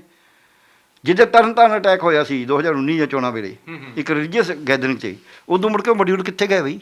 2 ਸਾਲ ਮੋਡਿਊਲ ਸੌਂ ਗਏ ਜਦ ਚੋਣ ਹੁੰਦੀ ਹੈ। ਕਿਉਂਕਿ ਸਾਡੇ ਲੋਕਾਂ ਨੂੰ ਪੱਠੀ 'ਚ ਬਾਲ ਕੇ, ਸਾਡੇ ਲੋਕਾਂ ਦੇ ਕਤਲ ਕਰਾ ਕੇ, ਸਾਡੇ ਭਾਈਚਾਰੇ ਨੂੰ ਤੋੜ ਕੇ, ਸਾਡੇ ਲੋਕਾਂ 'ਚ ਵੰਡੀਆਂ ਪਾ ਕੇ, ਜਾਤ ਦੇ ਨਾਂ 'ਤੇ, ਧਰਮ ਦੇ ਨਾਂ 'ਤੇ, ਇਹ ਮੈਂ ਲਿਖਿਆ ਚਿੱਠੀ 'ਚ ਵੀ ਜਿਹੜੇ ਜਾਤ 'ਤੇ, ਤੁਹਾਨੂੰ ਭੇਜ ਦਾਂਗਾ ਚਿੱਠੀ ਮੈਂ, ਵੀ ਜਿਹੜੇ ਜਾਤ, ਧਰਮ, ਖਿੱਤਾ, ਬੋਲੀ, ਪਹਿਰਾਵਾ, ਸੱਭਿਆਚਾਰ, ਉਹ ਸਾਡੀਆਂ ਤਾਕਤਾਂ ਨੇ। ਉਹ ਤਾਕਤਾਂ ਏਕਤਾ ਦੇ ਵਾਸਤੇ ਨੇ। ਜਿਹੜੇ ਉਹਨਾਂ ਨੂੰ ਵੰਡ ਕੇ ਰਾਜ ਕਰਨਾ ਚਾਹੁੰਦੇ ਨੇ, ਮੈਂ ਉਹਨਾਂ ਦੇ ਖਿਲਾਫ ਹਾਂ। ਮੈਂ ਅੱਜ ਵੀ ਖਿਲਾਫ ਹਾਂ ਕਿ ਕੈਪਟਨ ਸਾਹਿਬ ਉਸ ਕੈਟਾਗਰੀ ਦੇ ਬੰਦੇ ਨੇ ਜਿਹੜੇ ਵੰਡ ਕੇ ਰਾਜ ਕਰਨਾ ਚਾਹੁੰਦੇ ਨੇ। ਮੈਂ ਜੇ ਇਹਨਾਂ ਦੇ ਰਿਸ਼ਤਿਆਂ 'ਚ ਨਹੀਂ ਜਾਂਦਾ ਜਿਹੜੇ ਅੰਗਰੇਜ਼ਾਂ ਦੇ ਨਾਲ ਰਹੇ ਨੇ। ਨਾਭੇ ਵਾਲਾ ਰਾਜ ਤੇ ਪਟਿਆਲੇ ਰਾਜ ਦੀ ਕਹਾਣੀ ਸਭ ਨੂੰ ਪਤਾ ਹੈ ਵੀ ਨਾਭੇ ਵਾਲਾ ਕਿੰਨਾ ਦੇਸ਼ ਭਗਤ ਸੀ, ਇਹ ਕਿੰਨੇ ਕੁ ਸੀਗੇ। ਇਸ ਕਰਕੇ ਆਪਾਂ ਨਾ ਜਾਈਏ ਉਸ ਗੱਲ 'ਚ। ਸੋ ਕੈਪਟਨ ਸਾਹਿਬ ਐਵੇਂ ਆਪਦੇ ਆਪ ਨੂੰ ਨਾ ਦੇਸ਼ ਭਗਤੀ ਦਾ ਬਿਰਲਾ ਲਈ ਜਾਣਾ ਤੇ ਦੂਜਿਆਂ ਨੂੰ ਦੇਸ਼ ਧਰੋਹੀ ਕਹੀ ਜਾਣਾ, ਇਹ ਤਾਂ ਬੀਜੇਪੀ ਦੀ ਗੇਮ ਹੈ। ਉਹੀ ਕੈਪਟਨ ਸਾਹਿਬ ਖੋਲ ਰਹੇ ਨੇ। ਗਰਗ ਸਾਹਿਬ, ਇਹਦੇ ਵਿੱਚ ਇੱਕ ਸਵਾਲ ਬੜਾ ਵੱਡਾ ਹੈਗਾ। ਕੈਪਟਨ ਸਾਹਿਬ ਨੇ ਜਿਹੜੀ ਗੱਲ ਆਖੀ ਕਿ ਨਵਜੋਤ ਸਿੰਘ ਸਿੱਧੂ ਨੂੰ ਮੁੱਖ ਮੰਤਰੀ ਬਣਨ ਤੋਂ ਰੋਕਣ ਦੇ ਲਈ ਉਹ ਕੁਝ ਵੀ ਕਰਨਗੇ ਤੇ ਮੁੱਖ ਮੰਤਰੀ ਉਹਨਾਂ ਨੂੰ ਨਹੀਂ ਬਣਨ ਦੇਣਗੇ। ਕੈਪਟਨ ਸਾਹਿਬ ਇਸ ਵੇਲੇ ਕੀ ਕੁਝ ਕਰ ਸਕਦੇ ਨੇ, ਕੀ ਆਪਸ਼ਨਾਂ ਨੇ ਉਹਨਾਂ ਦੇ ਕੋਲ? ਛੱਡੋ, ਪਹਿਲਾਂ ਇਦੋਂ ਅਨਡੈਮੋਕ੍ਰੈਟਿਕ ਸਟੇਟਮੈਂਟ ਕੋਈ ਹੋ ਸਕਦੀ ਹੈ, ਇਦੋਂ ਮਾੜੀ ਸਟੇਟਮੈਂਟ ਕੋਈ ਹੋ ਸਕਦੀ ਹੈ? ਇਹਦਾ ਮਤਲਬ ਇਹ ਹੈ ਵੀ ਉਹ ਹਰ ਚੀਜ਼ ਜਾਇਜ਼ ਨਹੀਂ। ਇਹਦਾ ਮਤਲਬ ਇਹ ਹੋਇਆ ਕੁਝ ਵੀ ਕਰਨ ਦਾ ਮਤਲਬ ਹੈ ਜੇ ਦੇਸ਼ ਧਰੋਹ ਦੀ ਗੱਲ ਵੀ ਕਰਨੀ ਪਈ ਸ਼ਾਇਦ ਉਹ ਵੀ ਕਰ ਦੇਣ ਉਹ, ਕਿਉਂਕਿ ਸਿੱਧੂ ਨੂੰ ਰੋਕਣਾ। ਕੁਝ ਵੀ ਤਾਂ ਕੁਝ ਵੀ ਹੋ ਸਕਦਾ ਨਾ, ਵਾਇਲੈਂਸ ਵੀ ਹੋ ਜੇ ਚਾਹੇ। ਇਹ ਮੁੱਖ ਮੰਤਰੀ ਨੇ ਉਹ, ਪਰ ਮੈਨੂੰ ਐਂ ਲੱਗਦਾ ਵੀ ਉਹ ਜਿਵੇਂ ਸਾਡੇ ਖਿਲਾਫ ਬਿਆਨ ਦਿੱਤਾ, ਉਹ ਭਲੇ ਮੈਂ ਤੁਸੀਂ ਮੁੱਖ ਮੰਤਰੀ ਹੋ, ਮੈਂ ਇੱਕ ਛੋਟਾ ਜਿਹਾ ਬੰਦਾ, ਮੇਰੇ ਖਿਲਾਫ ਬਿਆਨ ਦੇ ਕੇ ਤੁਹਾਨੂੰ ਕੀ ਮਿਲਣਾ? ਮੈਨੂੰ ਕਿਸੇ ਨੇ ਪੁੱਛਿਆ, ਮੈਂ ਕਿਹਾ ਇਹ ਤਾਂ ਤੁਸੀਂ ਮੁੱਖ ਮੰਤਰੀ ਜੀ ਨੂੰ ਪੁੱਛੋ ਵੀ ਉਹ ਸਾਡੇ ਬਰਾਬਰ ਥੱਲੇ ਉਤਰ ਕੇ ਆਏ ਨੇ ਜਾਂ ਸਾਨੂੰ ਉੱਪਰ ਚੁੱਕੇ। ਨਹੀਂ, ਪੋਲੀਟੀਕਲੀ ਸਿਚੁਏਸ਼ਨ ਦੀ ਗੱਲ ਕਰੀਏ ਤਾਂ ਕੈਪਟਨ ਸਾਹਿਬ ਮਤਲਬ ਕਿ ਜੇ ਉਸ ਆਪਾਂ ਸੰਦਰਭ ਦੇ ਵਿੱਚ ਬਿਆਨ ਦੇਖੀਏ ਕਿ ਸਿਆਸਤ ਵਿੱਚ ਧਮਾਕਾ ਕਰ ਸਕਦੇ ਨੇ ਕੋਈ, ਲਾਈਕ ਦੈਟ, ਜਿੱਦਾਂ ਬੀਜੇਪੀ ਵਿੱਚ ਜਾਣ ਦਾ ਆਪਸ਼ਨ ਉਹਨਾਂ ਕੋਲ, ਜਾਂ ਕੋਈ ਨਵੀਂ ਪਾਰਟੀ ਬਣਾਉਣ ਦਾ ਆਪਸ਼ਨ ਹੈਗਾ, ਜਾਂ ਕੁਛ ਆਮ ਆਦਮੀ ਪਾਰਟੀ ਵੀ ਹੈਗੀ ਹੈ। ਕਾਂਗਰਸ, ਆਮ ਆਦਮੀ ਪਾਰਟੀ ਨੇ ਉਹਨਾਂ ਨੂੰ ਲੈਣਾ ਕੋਈ ਨਹੀਂ। ਆਮ ਆਦਮੀ ਪਾਰਟੀ 'ਚ ਜਾ ਕੇ ਕਰਨਗੇ ਉਹ ਜਿਹੜੇ ਐਲੀਗੇਸ਼ਨ, ਹੋਰ ਕੀ ਜਵਾਬ ਦੇਗੀ ਆਮ ਆਦਮੀ ਪਾਰਟੀ? ਅਕਾਲੀਆਂ 'ਚ ਉਹਦਾ ਹੁਣ ਕੋਈ ਸਕੋਪ ਨਹੀਂ ਹੈ ਕਿਉਂਕਿ ਮੁੱਖ ਮੰਤਰੀ ਉਹਨਾਂ ਨੂੰ ਬਣਾਉਣਾ ਨਹੀਂ ਕਿਸੇ ਨੇ। ਆਮ ਬੀਜੇਪੀ ਦਾ ਰਾਹ, ਬੀਜੇਪੀ ਕੋਲ ਹੈ ਇੱਕ, ਬੀਜੇਪੀ ਉਹਨਾਂ ਨੂੰ ਚਾਹੇਗੀ ਵੀ। ਬੀਜੇਪੀ ਦੇ ਉਹ ਬਿਆਨ ਦਿੰਦੇ ਨੇ, ਬੀਜੇਪੀ ਦੇ ਹੱਕ 'ਚ ਤਾਂ ਉਹਨਾਂ ਨੇ ਬਿਆਨ ਦਿੱਤਾ ਵੀ ਕਿਸਾਨ ਜਿਹੜੇ ਨੇ ਇੱਥੇ ਡਿਵੈਲਪਮੈਂਟ ਰੋਕ ਰਹੇ ਨੇ। ਕੈਪਟਨ ਸਾਹਿਬ ਨੇ ਕੋਈ ਅੰਕੜੇ ਦਿੱਤੇ? ਉਂਝ ਤਾਂ ਹਰੇਕ ਗੱਲ ਕਹਿੰਦੇ ਨੇ ਕਿ ਜਿਹਦੇ ਨਾ ਅੰਕੜੇ ਵੀ ਇੰਨਾ ਪੈਸਾ ਇਹਨਾਂ ਕਰਕੇ ਰੁਕ ਗਿਆ। ਜੋ ਬੀਜੇਪੀ ਕਹਿੰਦੀ ਉਹੀ ਕਹੀ ਜਾਂਦੇ ਨੇ। ਸੋ ਜੋ ਬੀਜੇਪੀ ਕਹਿ ਰਹੀ ਹੈ, ਕੈਪਟਨ ਸਾਹਿਬ ਬੀਜੇਪੀ ਦੀ ਬੋਲੀ ਬੋਲ ਰਹੇ ਨੇ ਤੇ ਉਹ ਬੋਲੀ ਬੋਲਣਾ ਪਹਿਲਾਂ ਤੋਂ ਬੋਲਦੇ ਰਹੇ ਨੇ, ਅੱਜ ਕੋਈ ਥੋੜ੍ਹਾ ਬੋਲਦੇ ਨੇ। ਕੈਪਟਨ ਸਾਹਿਬ ਪਾਕਿਸਤਾਨ ਬੈਸ਼ਿੰਗ, ਹਿੰਦੂ ਮੁਸਲਮਾਨ ਵਾਲਾ ਕਾਰਡ, ਹਿੰਦੂ ਸਿੱਖ ਵਾਲਾ ਕਾਰਡ, ਕੈਪਟਨ ਸਾਹਿਬ 'ਤੇ ਦੋਸ਼ ਲੱਗਦੇ ਰਹੇ ਨੇ ਵੀ ਕੈਪਟਨ ਸਾਹਿਬ is behaving more like extreme Akali rather than even a moderate Akali. He is not behaving like a Congressman. ਠੀਕ ਹੈ, ਇਹ ਨਹੀਂ ਵੀ ਕਾਂਗਰਸ 'ਚ ਕੋਈ ਕਮਿਊਨਲਿਜ਼ਮ ਨਹੀਂ ਹੈ। ਸਾਹਿਬ ਹੁਣ ਜਿਹੜੀ ਤਸਵੀਰ ਇੱਕਦਮ ਬਦਲੀ ਹੈਗੀ ਹੈ, ਕੈਪਟਨ ਅਮਰਿੰਦਰ ਸਿੰਘ ਦੀ ਕੁਰਸੀ ਗਈ ਹੈ, ਉਹਨਾਂ ਉੱਤੇ ਇਲਜ਼ਾਮ ਲੱਗਦੇ ਰਹੇ ਕਿ ਉਹ ਅਕਾਲੀ ਦਲ ਵਾਲਿਆਂ ਨਾਲ ਰਲੇ ਹੋਏ ਨੇ। ਤੇ ਹੁਣ ਅੱਜ ਰਾਜਪਾਲ ਨੂੰ ਮਿਲੇ ਨੇ ਸੁਖਬੀਰ ਸਿੰਘ ਬਾਦਲ, ਸ਼੍ਰੋਮਣੀ ਅਕਾਲੀ ਦਲ ਦੇ ਪ੍ਰਧਾਨ, ਤੇ ਉਹਨਾਂ ਦੇ ਬਿਆਨ ਤੋਂ ਲੱਗ ਰਿਹਾ ਸੀ ਉਹਨਾਂ ਨੂੰ ਇੱਕ ਚਿੰਤਾ ਸਤਾ ਰਹੀ ਹੈਗੀ ਹੈ ਕਿ ਹੁਣ ਉਹਨਾਂ ਨੂੰ ਅੰਦਰ ਡੱਕਿਆ ਜਾਊਗਾ ਜੇਲ੍ਹ ਦੇ। ਉਹਨਾਂ ਨੇ ਸਿੱਧੇ ਤੌਰ 'ਤੇ ਕਿਹਾ ਕਿ ਹੁਣ ਜਿਹੜੇ ਚਰਨਜੀਤ ਸਿੰਘ ਚੰਨੀ ਮੁੱਖ ਮੰਤਰੀ ਬਣੇ ਨੇ, ਨਵਜੋਤ ਸਿੰਘ ਸਿੱਧੂ ਸਰਕਾਰ ਚਲਾ ਰਹੇ ਹੈਗੇ ਨੇ, ਤੇ ਇਹ ਉਹੀ ਅਫਸਰ ਲਾ ਰਹੇ ਨੇ ਤੇ ਉਹਨਾਂ ਕੋਲ ਪੁੱਛ ਰਹੇ ਨੇ ਕਿ ਤੁਸੀਂ 20 ਦਿਨਾਂ ਦੇ ਅੰਦਰ ਅੰਦਰ ਬਾਦਲਾਂ ਨੂੰ ਚੱਕ ਕੇ ਅੰਦਰ ਮਾਰੋਗੇ ਕਿ ਨਹੀਂ ਮਾਰੋਗੇ। ਜਿਹੜਾ ਕਹਿੰਦਾ ਹਾਂ ਤੇ ਕਹਿੰਦੇ ਲਓ ਜੀ ਉਹਦਾ ਚੱਕੋ ਤੁਸੀਂ।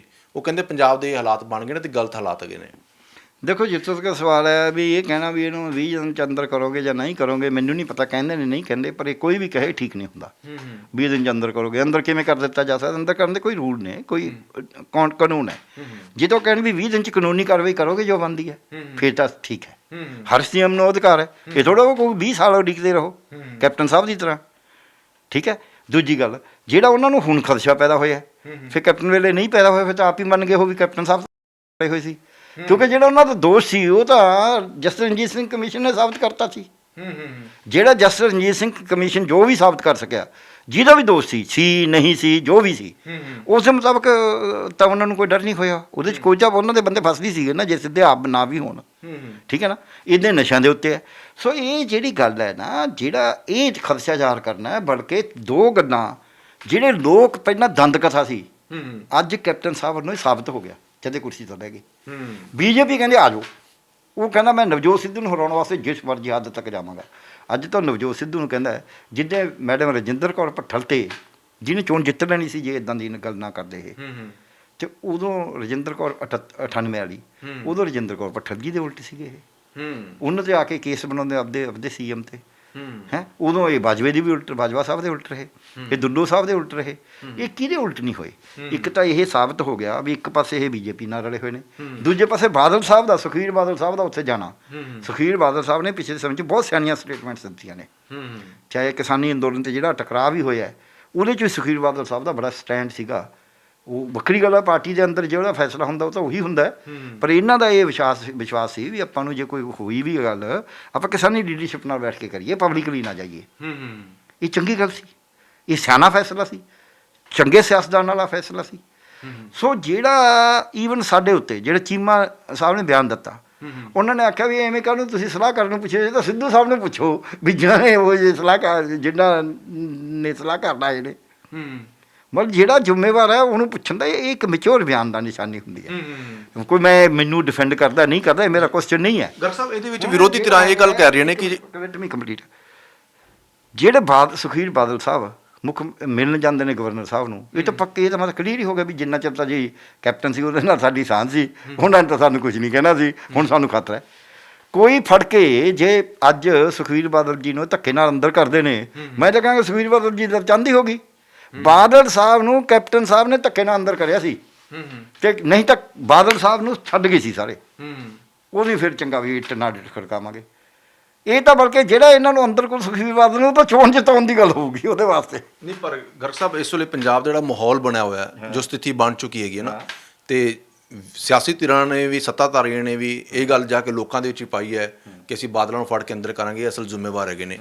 ਤੇ ਚਰਨਜੀਤ ਸਿੰਘ ਚੰਨੀ ਵਾਰ-ਵਾਰ ਇਹ ਸਟੇਟਮੈਂਟ ਹੁਣ ਦੇ ਰਹੇ ਨੇ ਕਿ ਇਸੇ ਸਰਕਾਰ ਦੀ ਜਿਹੜੀ ਕਾਰਗੁਜ਼ਾਰੀ ਹੈਗੀ ਹੈ, ਇਸੇ ਜਿਹੜਾ ਪੀਰੀਅਡ ਬਚਿਆ ਹੈਗਾ, ਇਹਦੇ ਵਿੱਚ ਹੀ ਬਰਗਾੜੀ ਦਾ ਜਿਹੜਾ ਮਸਲਾ ਹੈਗਾ ਉਹ ਹੱਲ ਹੋਊਗਾ ਤੇ ਅਸਲ ਦੋਸ਼ੀ ਜਿਹੜੇ ਅੰਦਰ ਹੋਣਗੇ। ਤੁਹਾਨੂੰ ਨਹੀਂ ਲੱਗਦਾ ਕਿ ਚਰਨਜੀਤ ਸਿੰਘ ਚੰਨੀ ਜਿਸ ਟਰੈਕ ਦੇ ਉੱਤੇ ਚੱਲ ਰਹੇ ਨੇ, ਇਹ ਹੀ ਟਰੈਕ ਕੈਪਟਨ ਅਮਰਿੰਦਰ ਸਿੰਘ ਨੇ ਅਪਣਾਇਆ ਸੀ ਤੇ ਉਹਨਾਂ ਦੀ ਕੁਰਸੀ ਚਲੀ ਗਈ ਹੈ, ਤੇ ਚੰਨੀ ਸਾਹਿਬ ਵਾਅਦਾ ਪੂਰਾ ਨਾ ਕਰ ਸਕੇ, ਫਿਰ ਕੁਰਸੀ ਨਹੀਂ ਖਤਰੇ 'ਚ ਆਊਗੀ? ਦੇਖੋ, ਜਿਸ ਤੱਕ ਸਵਾਲ ਹੈ ਵੀ ਕੈਪਟਨ ਸਾਹਿਬ ਨੇ 4.5 ਸਾਲ 'ਚ ਨਹੀਂ ਨਾ ਕਰਿਆ, ਉਹਨਾਂ ਕੋਲ ਤਾਂ ਸਮਾਂ ਬਹੁਤ ਸੀ, ਇਹਨਾਂ ਕੋਲ ਤਾਂ ਸਮਾਂ ਥੋੜ੍ਹਾ ਹੈ। ਹੁਣ ਜੇ ਇਹ ਕਹਿੰਦੇ ਨੇ ਵੀ ਇਹ ਨਹੀਂ ਹੋਏਗਾ, ਇਹ ਤਾਂ ਕੋਈ ਸਿਆਸਤਦਾਨ ਨਹੀਂ ਕਹੇਗਾ। ਇਹਨਾਂ ਨੂੰ ਵਾਅਦਾ ਤੇ ਹੀ ਇੱਕ ਅਸੀਂ ਕਹਿੰਦੇ ਮਨ ਬਚਨ ਕਰਮ ਦੀ ਸ਼ੁੱਧੀ, ਯਾਨੀ ਕਿ ਮਨ ਵੀ ਤੁਹਾਡਾ ਉਸੇ ਪਾਸੇ ਹੋਵੇ। ਮਨ ਉੱਚਾ ਹੁੰਦਾ ਹਮੇਸ਼ਾ, ਬਚਨ ਹੈ ਜਿਹੜਾ ਉਦੋਂ ਛੋਟਾ ਕਰਦੇ ਹੋ ਤੁਸੀਂ, ਅਤੇ ਜਿਹੜਾ ਐਕਸ਼ਨ ਹੈ ਉਦੋਂ ਵੀ ਛੋਟਾ ਹੁੰਦਾ। ਹੁਣ ਜੇ ਮਨ ਇਹਨਾਂ ਦਾ ਹੈ ਵੀ ਮੈਂ ਬਰਗਾੜੀ 'ਤੇ ਦੇਣਾ ਫੈਸਲਾ ਕਰਵਾਉਣਾ ਹੈ, ਲੇਟ ਨਹੀਂ ਹੋਣ ਦੇਣਾ, ਇਹ ਮਨ ਹੋ ਗਿਆ। ਮਨ 'ਚ ਤਾਂ ਇਹ ਵੀ ਆਪਾਂ ਤਾਂ ਅੱਜ ਹੀ ਕਰ ਦਾਂਗੇ, ਆਪਾਂ ਤਾਂ 2 ਦਿਨਾਂ 'ਚ ਕਰ ਦਾਂਗੇ, ਉਸ ਮਨ 'ਚ ਤਾਂ ਇਹ ਹੋ ਗਿਆ। ਬਚਨ ਇਹ ਹੈ ਵੀ ਜਿੰਨਾ ਚਿਰ ਮੇਰਾ ਪੀਰੀਅਡ ਹੈ ਇਸ 'ਚ ਕਰ ਦੂੰਗਾ। ਐਕਸ਼ਨ ਹੋ ਸਕਦਾ ਐਡਾ ਵੀ ਨਾ ਹੋਵੇ। ਇਹ ਹਮੇਸ਼ਾ ਜੀਵਨ ਦਾ ਹਿੱਸਾ ਹੈ, ਇਹ ਫਲਸਫੇ ਦਾ ਹਿੱਸਾ ਹੈ, ਇਹ ਸਾਡੇ ਜਿੰਨਾ ਕਾਇਨਾਤ ਹੈ ਉਹਦਾ ਹਿੱਸਾ ਹੈ। ਸੋ ਉਹਦੇ ਵਿੱਚ ਕੋਈ ਕਹੀ ਜਾਵੇ ਮੈਂ ਜਾਣਾ ਹੋਵੇ, ਮੈਂ ਪਹਿਲਾਂ ਹੀ ਕਰਨਾ, ਮੈਂ ਤਾਂ ਉਹਦੇ ਵਿੱਚ ਅੜੀ ਰਹੂੰਗਾ। ਪਰ ਇਹ ਗੱਲ ਤਾਂ ਫਿਰ ਕੈਪਟਨ ਸਾਹਿਬ 'ਤੇ ਵੀ ਤਾਂ ਲਾਗੂ ਹੁੰਦੀ ਹੈ। ਕੈਪਟਨ ਸਾਹਿਬ ਨੇ ਤਾਂ 4.5 ਸਾਲ 'ਚ ਨਹੀਂ ਨਾ ਕਰਿਆ। ਸਵਾਲ ਤਾਂ ਕਦਮ ਤੁਰੇ ਤਾਂ ਹੁੰਦੇ ਨਾ, ਕੁਦਰਤ ਤੁਰੇ ਨਹੀਂ। ਜਦ ਜਨਵਰੀ ਦੇ ਵਿੱਚ ਇੱਕ ਰਿਪੋਰਟ ਰਿਜੈਕਟ ਕਰਤੀ ਹਾਈ ਕੋਰਟ ਨੇ, ਸੁਪਰੀਮ ਕੋਰਟ 'ਚ ਗਏ ਕਿਹੜੀ ਦੂਜੀ, ਜਦੋਂ ਅਪ੍ਰੈਲ 'ਚ ਕਰਤੀ, ਇਹਨਾਂ ਨੇ ਕਹਿਤਾ ਵੀ ਅਸੀਂ ਫਾਈਲ ਕਰਾਂਗੇ, ਫਿਰ ਫਾਈਲ ਕਰਿਆ ਕਿਉਂ ਨਹੀਂ? ਫਾਈਲ ਤਾਂ ਹੁਣ ਕਰਿਆ ਜਾਂਦੇ ਹੋਏ ਕਿਉਂ ਨਹੀਂ ਕਰਿਆ? ਕਾਰਨ ਤਾਂ ਦੱਸਣ ਨਾ, ਵੀ ਤੁਸੀਂ ਅਪੀਲ ਤਾਂ ਕਰ ਹੀ ਸਕਦੇ ਹੋ ਨਾ, ਅਪੀਲ ਤਾਂ ਮਿਨੀਮਮ ਤੁਹਾਡਾ ਰਾਈਟ ਹੈ, ਉਹ ਵੀ ਨਹੀਂ ਕਰਿਆ ਤੁਸੀਂ।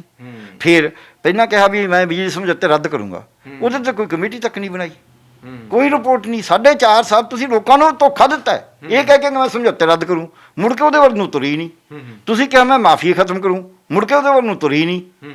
ਤੁਸੀਂ ਲੋਕਾਂ ਨੂੰ, ਮੈਂ ਇਹ ਨਹੀਂ ਕਹਿੰਦਾ ਵੀ ਤੁਸੀਂ ਲੋਕਾਂ ਨੇ ਜ਼ਰੂਰ, ਸਾਡੇ ਡਾਕਟਰਾਂ 'ਚ ਆਉਂਦਾ ਹਮੇਸ਼ਾ, ਜੇ ਅਸੀਂ ਮਰੀਜ਼ ਦਾ ਤਨਦੇਹੀ ਨਾਲ ਇਲਾਜ ਕਰਿਆ ਹੋਵੇ, ਮੇਰਾ ਰਿਕਾਰਡ ਹੈ ਕਿ ਮੇਰੇ ਜਿਹੜਾ ਦਾ ਮਰੀਜ਼ ਦੀ ਡੈਥ ਵੀ ਹੋ ਜਾਂਦੀ ਕੁਦਰਤੀ, ਉਹ ਵੀ ਮੇਰੇ ਪੈਰੀ ਹੱਥ ਲਾ ਕੇ ਜਾਂਦੇ ਸੀ ਜੀ, ਤੁਸੀਂ ਕੋਈ ਕਸਰ ਨਹੀਂ ਛੱਡੀ, ਸਾਡੀ ਤਾਂ ਕਿਸਮਤ ਸੀ। ਇਹ ਜਦ ਹਾਰਿਆ ਹੋਇਆ ਬੰਦਾ ਤੁਹਾਨੂੰ ਕਹੇ ਵੀ ਜਨਾਬ ਤੁਸੀਂ ਬੜੇ ਵੱਡੇ ਹੋ, ਜਿੱਤਿਆ ਹੋਇਆ ਵੀ ਕਹੇ, ਜਿਹਦਾ ਨੁਕਸਾਨ ਹੋਗਾ ਉਹ ਵੀ ਕਹੇ ਨਹੀਂ ਜੀ ਤੁਸੀਂ ਆਪਦੇ ਵੱਲੋਂ ਕਸਰ ਨਹੀਂ ਛੱਡੀ, ਪਰ ਉਹ ਤਾਂ ਕਹੂਗਾ ਜੇ ਕਸਰ ਨਹੀਂ ਛੱਡੀ ਤੁਸੀਂ। ਕੈਪਟਨ ਸਾਹਿਬ ਨੇ ਕਿਹੜਾ ਕੰਮ ਕਰਿਆ ਦੱਸ ਦਿੰਦੇ, ਮਾਫੀਆ ਦੇ ਬਾਰੇ ਕੋਈ ਕੰਮ ਕਰਿਆ? ਲੋਕਾਂ ਦੇ ਹੁਣ ਰੱਖਦੇ, ਹੁਣ ਤਾਂ ਕੈਪਟਨ ਸਾਹਿਬ ਆਜ਼ਾਦ ਨੇ ਨਾ, ਇਹਨਾਂ ਤੇ ਕੋਈ ਕਾਂਗਰਸ ਦਾ ਕੁੰਡਾ ਨਹੀਂ, ਕਿਉਂਕਿ ਤੇ ਪਹਿਲਾਂ ਹੀ ਕਾਂਗਰਸ ਨੂੰ ਛੱਡ ਬੈਠੇ ਨੇ ਆਪਦੇ ਵੱਲੋਂ। ਤਾਂ ਬੀਜੇਪੀ ਦੇ ਸਮਰਥਨ ਹੈ ਇਹਨਾਂ ਨੂੰ, ਅਕਾਲੀਆਂ ਦਾ ਸਮਰਥਨ ਹੈ ਜਿਵੇਂ ਇਹ ਕਲੇਮ ਕਰਦੇ ਨੇ ਸਾਰਾ, ਤੇ ਫਿਰ ਇਹ ਦੱਸ ਦੇਣ ਨਾ। ਹੁਣ ਗਰਗ ਸਾਹਿਬ, ਇੱਕ ਸਵਾਲ ਬੜਾ ਇੰਪੋਰਟੈਂਟ ਹੈਗਾ, ਤੁਸੀਂ ਹਮੇਸ਼ਾ ਹੀ ਪੰਜਾਬ ਦੇ ਮਸਲਿਆਂ ਤੇ ਬੜਾ ਖੁੱਲ੍ਹ ਕੇ ਬੋਲਦੇ ਆਏ ਹੋ। ਖੈਰ, ਨਵੀਂ ਸਰਕਾਰ ਹੁਣ ਸੱਤਾ ਵਿੱਚ ਆਏਗੀ, ਆਪਾਂ ਪਿਛਲਿਆਂ ਨੂੰ ਕਹੀਏ ਕਿ ਉਹਨਾਂ ਨੇ ਨਹੀਂ ਕੀਤਾ, ਉਹਨਾਂ ਨੂੰ ਸਜ਼ਾ ਮਿਲ ਗਈ। ਨਵੀਂ ਸਰਕਾਰ, ਨਵੇਂ ਵਾਅਦੇ, ਖੈਰ ਵਾਅਦੇ ਤਾਂ ਪੁਰਾਣੇ ਨੇ, ਪੂਰੇ ਕਰਨ ਦੀ ਜ਼ਿੰਮੇਵਾਰੀ ਇਹਨਾਂ ਦੇ ਮੋਢਿਆਂ ਤੇ ਹੈ। 4 ਮਹੀਨਿਆਂ ਦੇ ਵਿੱਚ ਚਰਨਜੀਤ ਸਿੰਘ ਚੰਨੀ ਨੂੰ ਐਜ ਏ CM ਉਹ ਕਿਹੜੇ ਫੈਸਲੇ ਲੈਣੇ ਪੈਣਗੇ, ਉਹ ਕਿਹੜੇ ਵਾਅਦੇ ਪੂਰੇ ਕਰਨੇ ਪੈਣਗੇ ਤਾਂ ਜੋ ਅਗਲੀ ਵਾਰ ਵੀ ਲੋਕ ਉਹਨਾਂ ਨੂੰ ਦੇਖਣ ਕਿ ਹਾਂ ਸਾਨੂੰ ਇਹੀ ਬੰਦਾ CM ਚਾਹੀਦਾ ਹੈ? ਕਿਹੜੇ ਐਕਸ਼ਨ ਹੁਣ ਕਰਨੇ ਚਾਹੀਦੇ ਉਹਨਾਂ ਨੂੰ? ਦੇਖੋ, ਜੇ ਲੋਕਾਂ ਦੇ ਵਿੱਚ ਇੱਕ ਪਹਿਲੀ ਗੱਲ ਹੈ, ਇੱਕ ਇਤਿਹਾਸਕ ਮੌਕਾ ਹੈ ਕਿ ਚੰਨੀ ਸਾਹਿਬ ਨੂੰ ਇਹ ਮੌਕਾ ਮਿਲਿਆ, ਕਿਉਂਕਿ ਕੋਈ ਸੋਚਦਾ ਨਹੀਂ ਸੀ ਵੀ ਇੱਥੇ ਤਾਂ ਕਾਸਟ ਹੋਰ ਸਾਰਾ ਕੁਝ ਜੋ ਭਾਰੂ ਹੋਇਆ ਉਹਦੇ ਵਿੱਚ ਇਹ ਸੋਚ, ਭਾਵੇਂ ਇਹ ਸਿਆਸੀ ਰੋਟੀਆਂ ਸੇਕਣ ਵਾਸਤੇ ਤਾਂ ਹੁਣ ਪਿਛਲੇ ਸਮੇਂ 'ਚ 6 ਮਹੀਨਿਆਂ 'ਚ ਬੀਜੇਪੀ ਨੇ ਪਹਿਲਾਂ ਵਾਰਿਆ, ਫਿਰ ਅਕਾਲੀ ਦਲ ਨੇ, ਫਿਰ ਆਪ ਨੇ, ਫਿਰ ਕਾਂਗਰਸ ਨੇ, ਚਾਰਾਂ ਨਹੀਂ ਵਾਰਿਆ। ਪਰ ਕਿਸੇ ਨੂੰ ਇਹ ਨਹੀਂ ਸੀ ਵੀ ਇਹ ਤਾਂ ਕਹਿਣ ਦੀਆਂ ਗੱਲਾਂ ਨੇ, ਇਹ ਹੁਣ ਅਮਲ ਹੋ ਗਿਆ। ਜੇ ਕਹਿਣ ਵਾਲਿਆਂ ਨੇ, ਜਿਨ੍ਹਾਂ ਨੇ ਪਹਿਲਾਂ ਕਿਹਾ ਸੀ, ਉਹਨਾਂ ਨੇ 4 ਸਟੇਟਾਂ 'ਚ 5 ਵਾਰੀ ਸਰਕਾਰਾਂ ਬਦਲੀਆਂ ਨੇ, ਉੱਥੇ ਬਣਾ ਦਿੰਦੇ, ਉਹ ਰੋਕਿਆ ਤਾਂ ਨਹੀਂ ਸੀ ਕਿਸੇ ਨੇ। ਇਹਦਾ ਮਤਲਬ ਉਹਨਾਂ ਦਾ ਇਰਾਦਾ ਨਹੀਂ ਸੀ, ਉਹ ਸਿਰਫ ਕਹਿੰਦੇ ਨੇ। ਸੋ ਇੱਕ ਤਾਂ ਗੱਲ ਇਹ ਹੈ, ਹੁਣ ਜਿਹੜਾ ਸਮਾਂ ਹੈ, ਛੋਟੇ ਸਮੇਂ ਦੇ ਵਿੱਚ ਜਿੰਨੀ ਗੱਲ ਹੋ ਸਕਦੀ ਹੁੰਦੀ ਹੈ, ਇੱਕ ਤਾਂ ਅੱਜ ਲੋੜ ਕੀ ਹੈ?